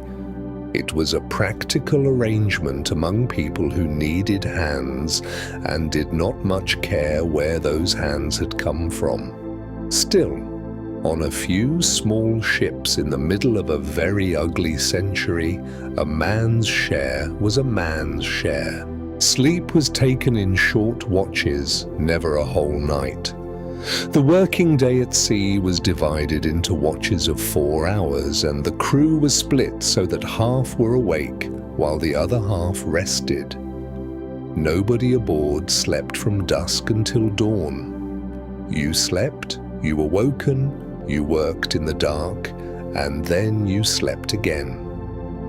The dog watches in the early evening were deliberately shortened so that the rotation shifted each day, and the same men did not always draw the worst of it. The bell was struck every half hour so that a man half awake always knew roughly where he stood in the watch. Hammocks were slung close together below decks and rolled away by morning. Sailors learned to fall asleep within a minute of lying down, and to wake fully at a single spoken word. It is a gentle thought for tonight that generations of people crossed whole oceans without ever once having the kind of sleep that is waiting for you now. Boredom, not danger, was the ordinary condition of the life. The stories are made out of the rare days. The life itself was made out of all the other ones. Weeks would pass with an empty horizon and nothing to do but the endless small maintenance a wooden ship demands, splicing rope, tarring seams, mending sail, pumping the bilge, scraping and painting, and scraping again. Men fished over the rail, carved small things, played music badly, told the same stories to the same audience.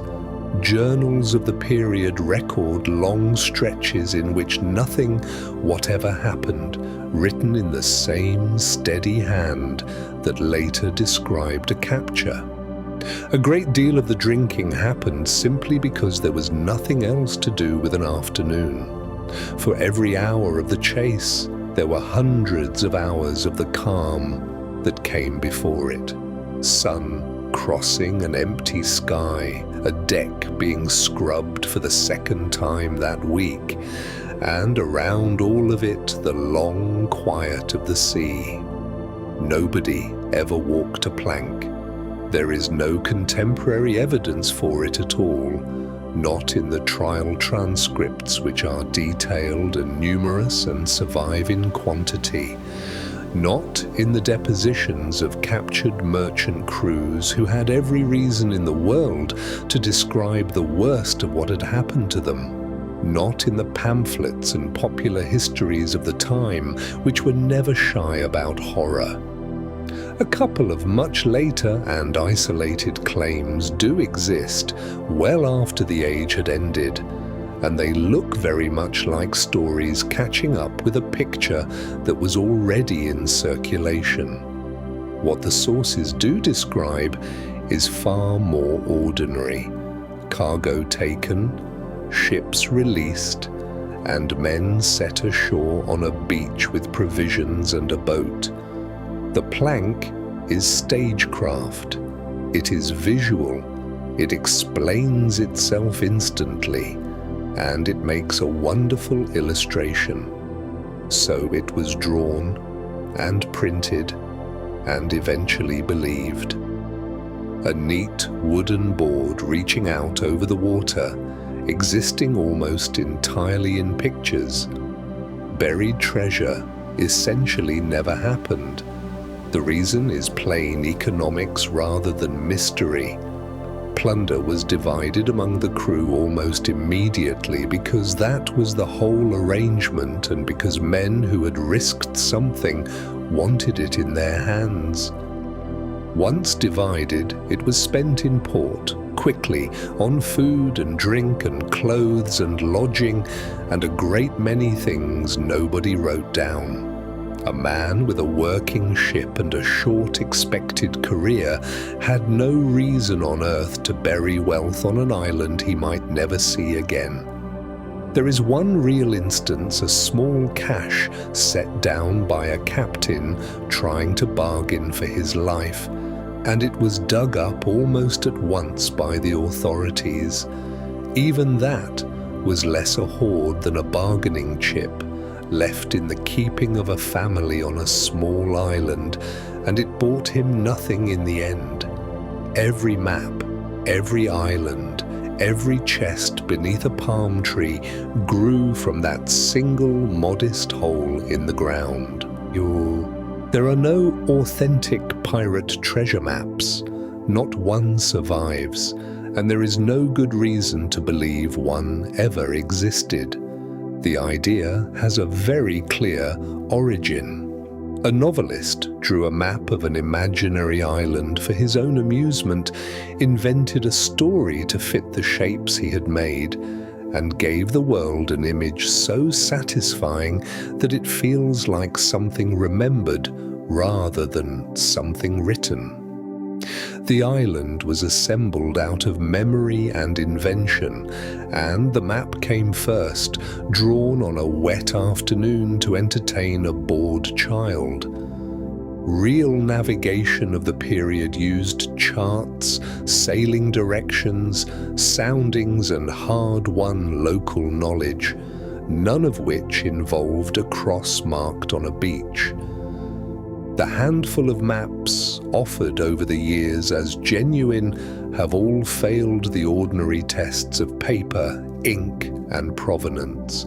A folded sheet with a red cross upon it, entirely invented and loved ever since by everyone who has ever drawn one.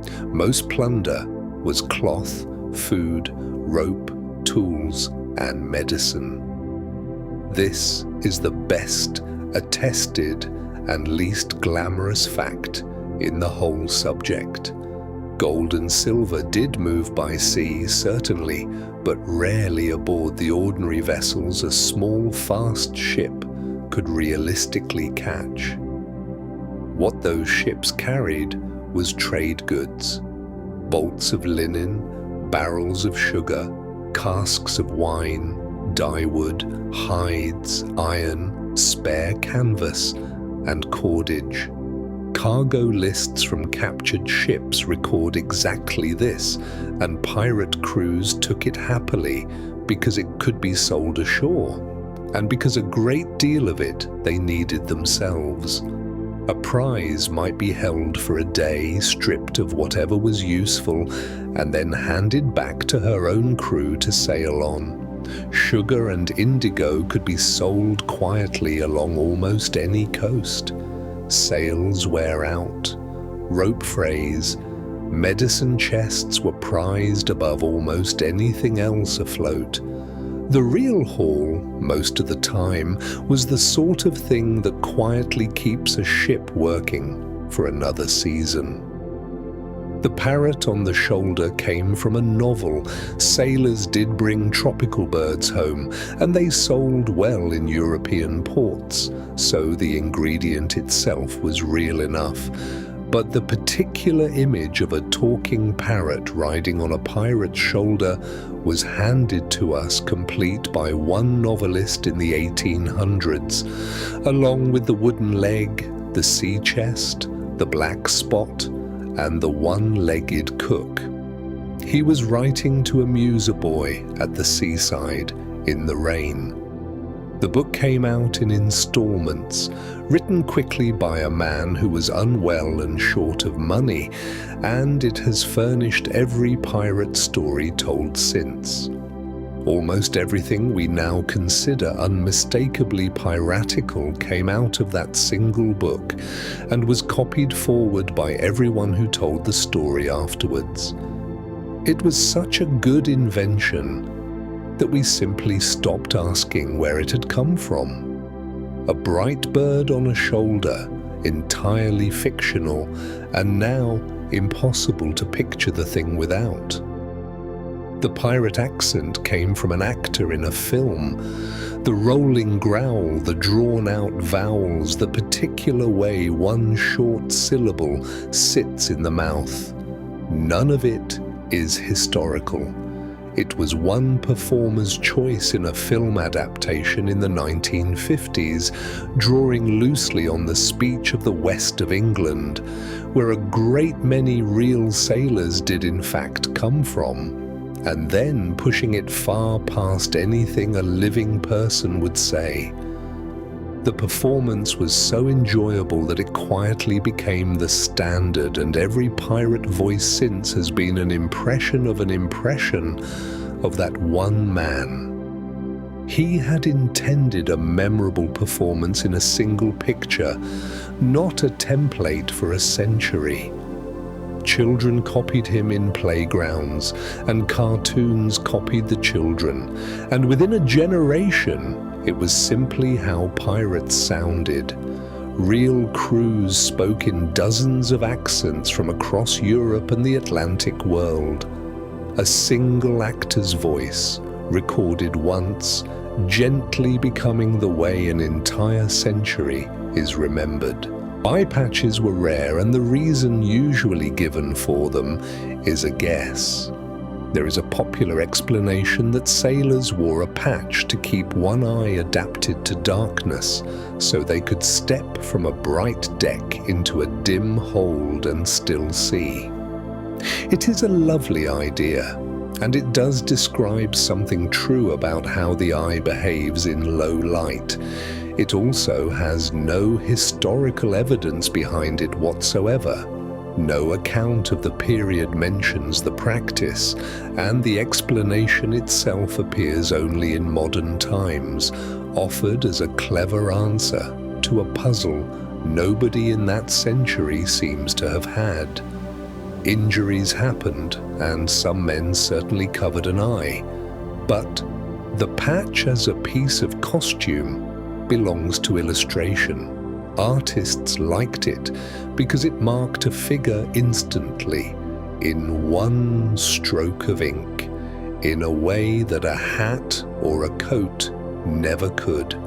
A neat black oval invented by artists and explained long afterwards by us. Almost everything we picture was invented after the last of them died. Line the familiar image up, and hardly any of it is contemporary.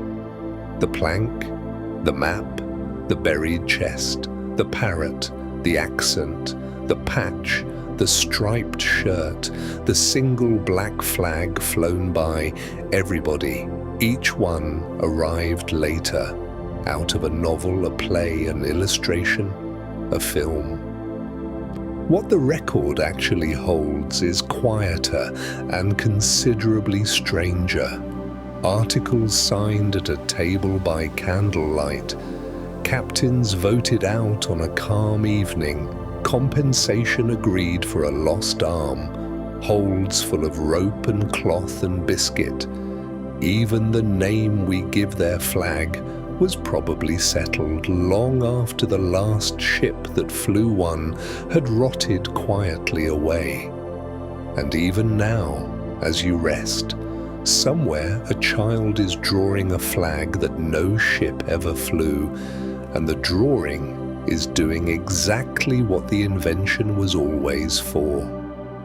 We made something warmer than the history, and we have kept it ever since. In the end, the sea kept almost none of them, and almost all of their ships. The men scattered. Some were caught, some took pardons, and some simply stopped, went back to being sailors under other names in other ports, and were never heard of again. Their careers had been short to begin with, and the whole age closed within a few decades of opening. A handful of names survive in court papers and in a book of lives published while some of them were still at sea. The rest are simply absent. The ships, though, mostly stayed, wrecked on reefs, run aground while careening, burned, scuttled, or worn out and abandoned in shallow water.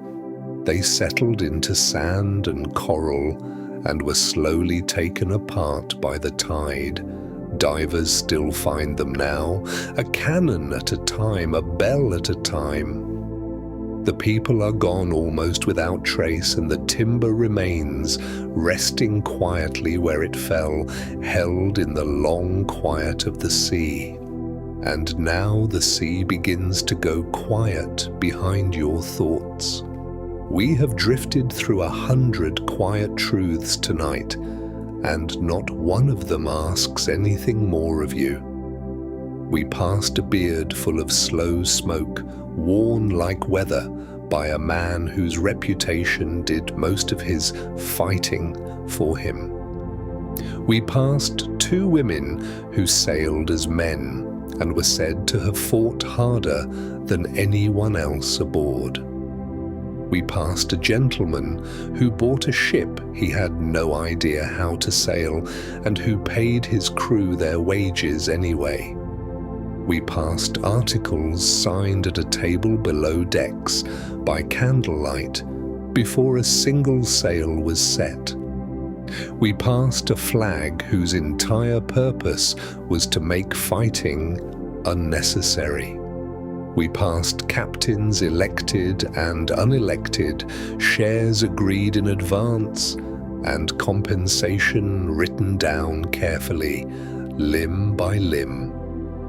And we passed a great deal of rope and cloth and biscuit, which is what the treasure mostly turned out to be.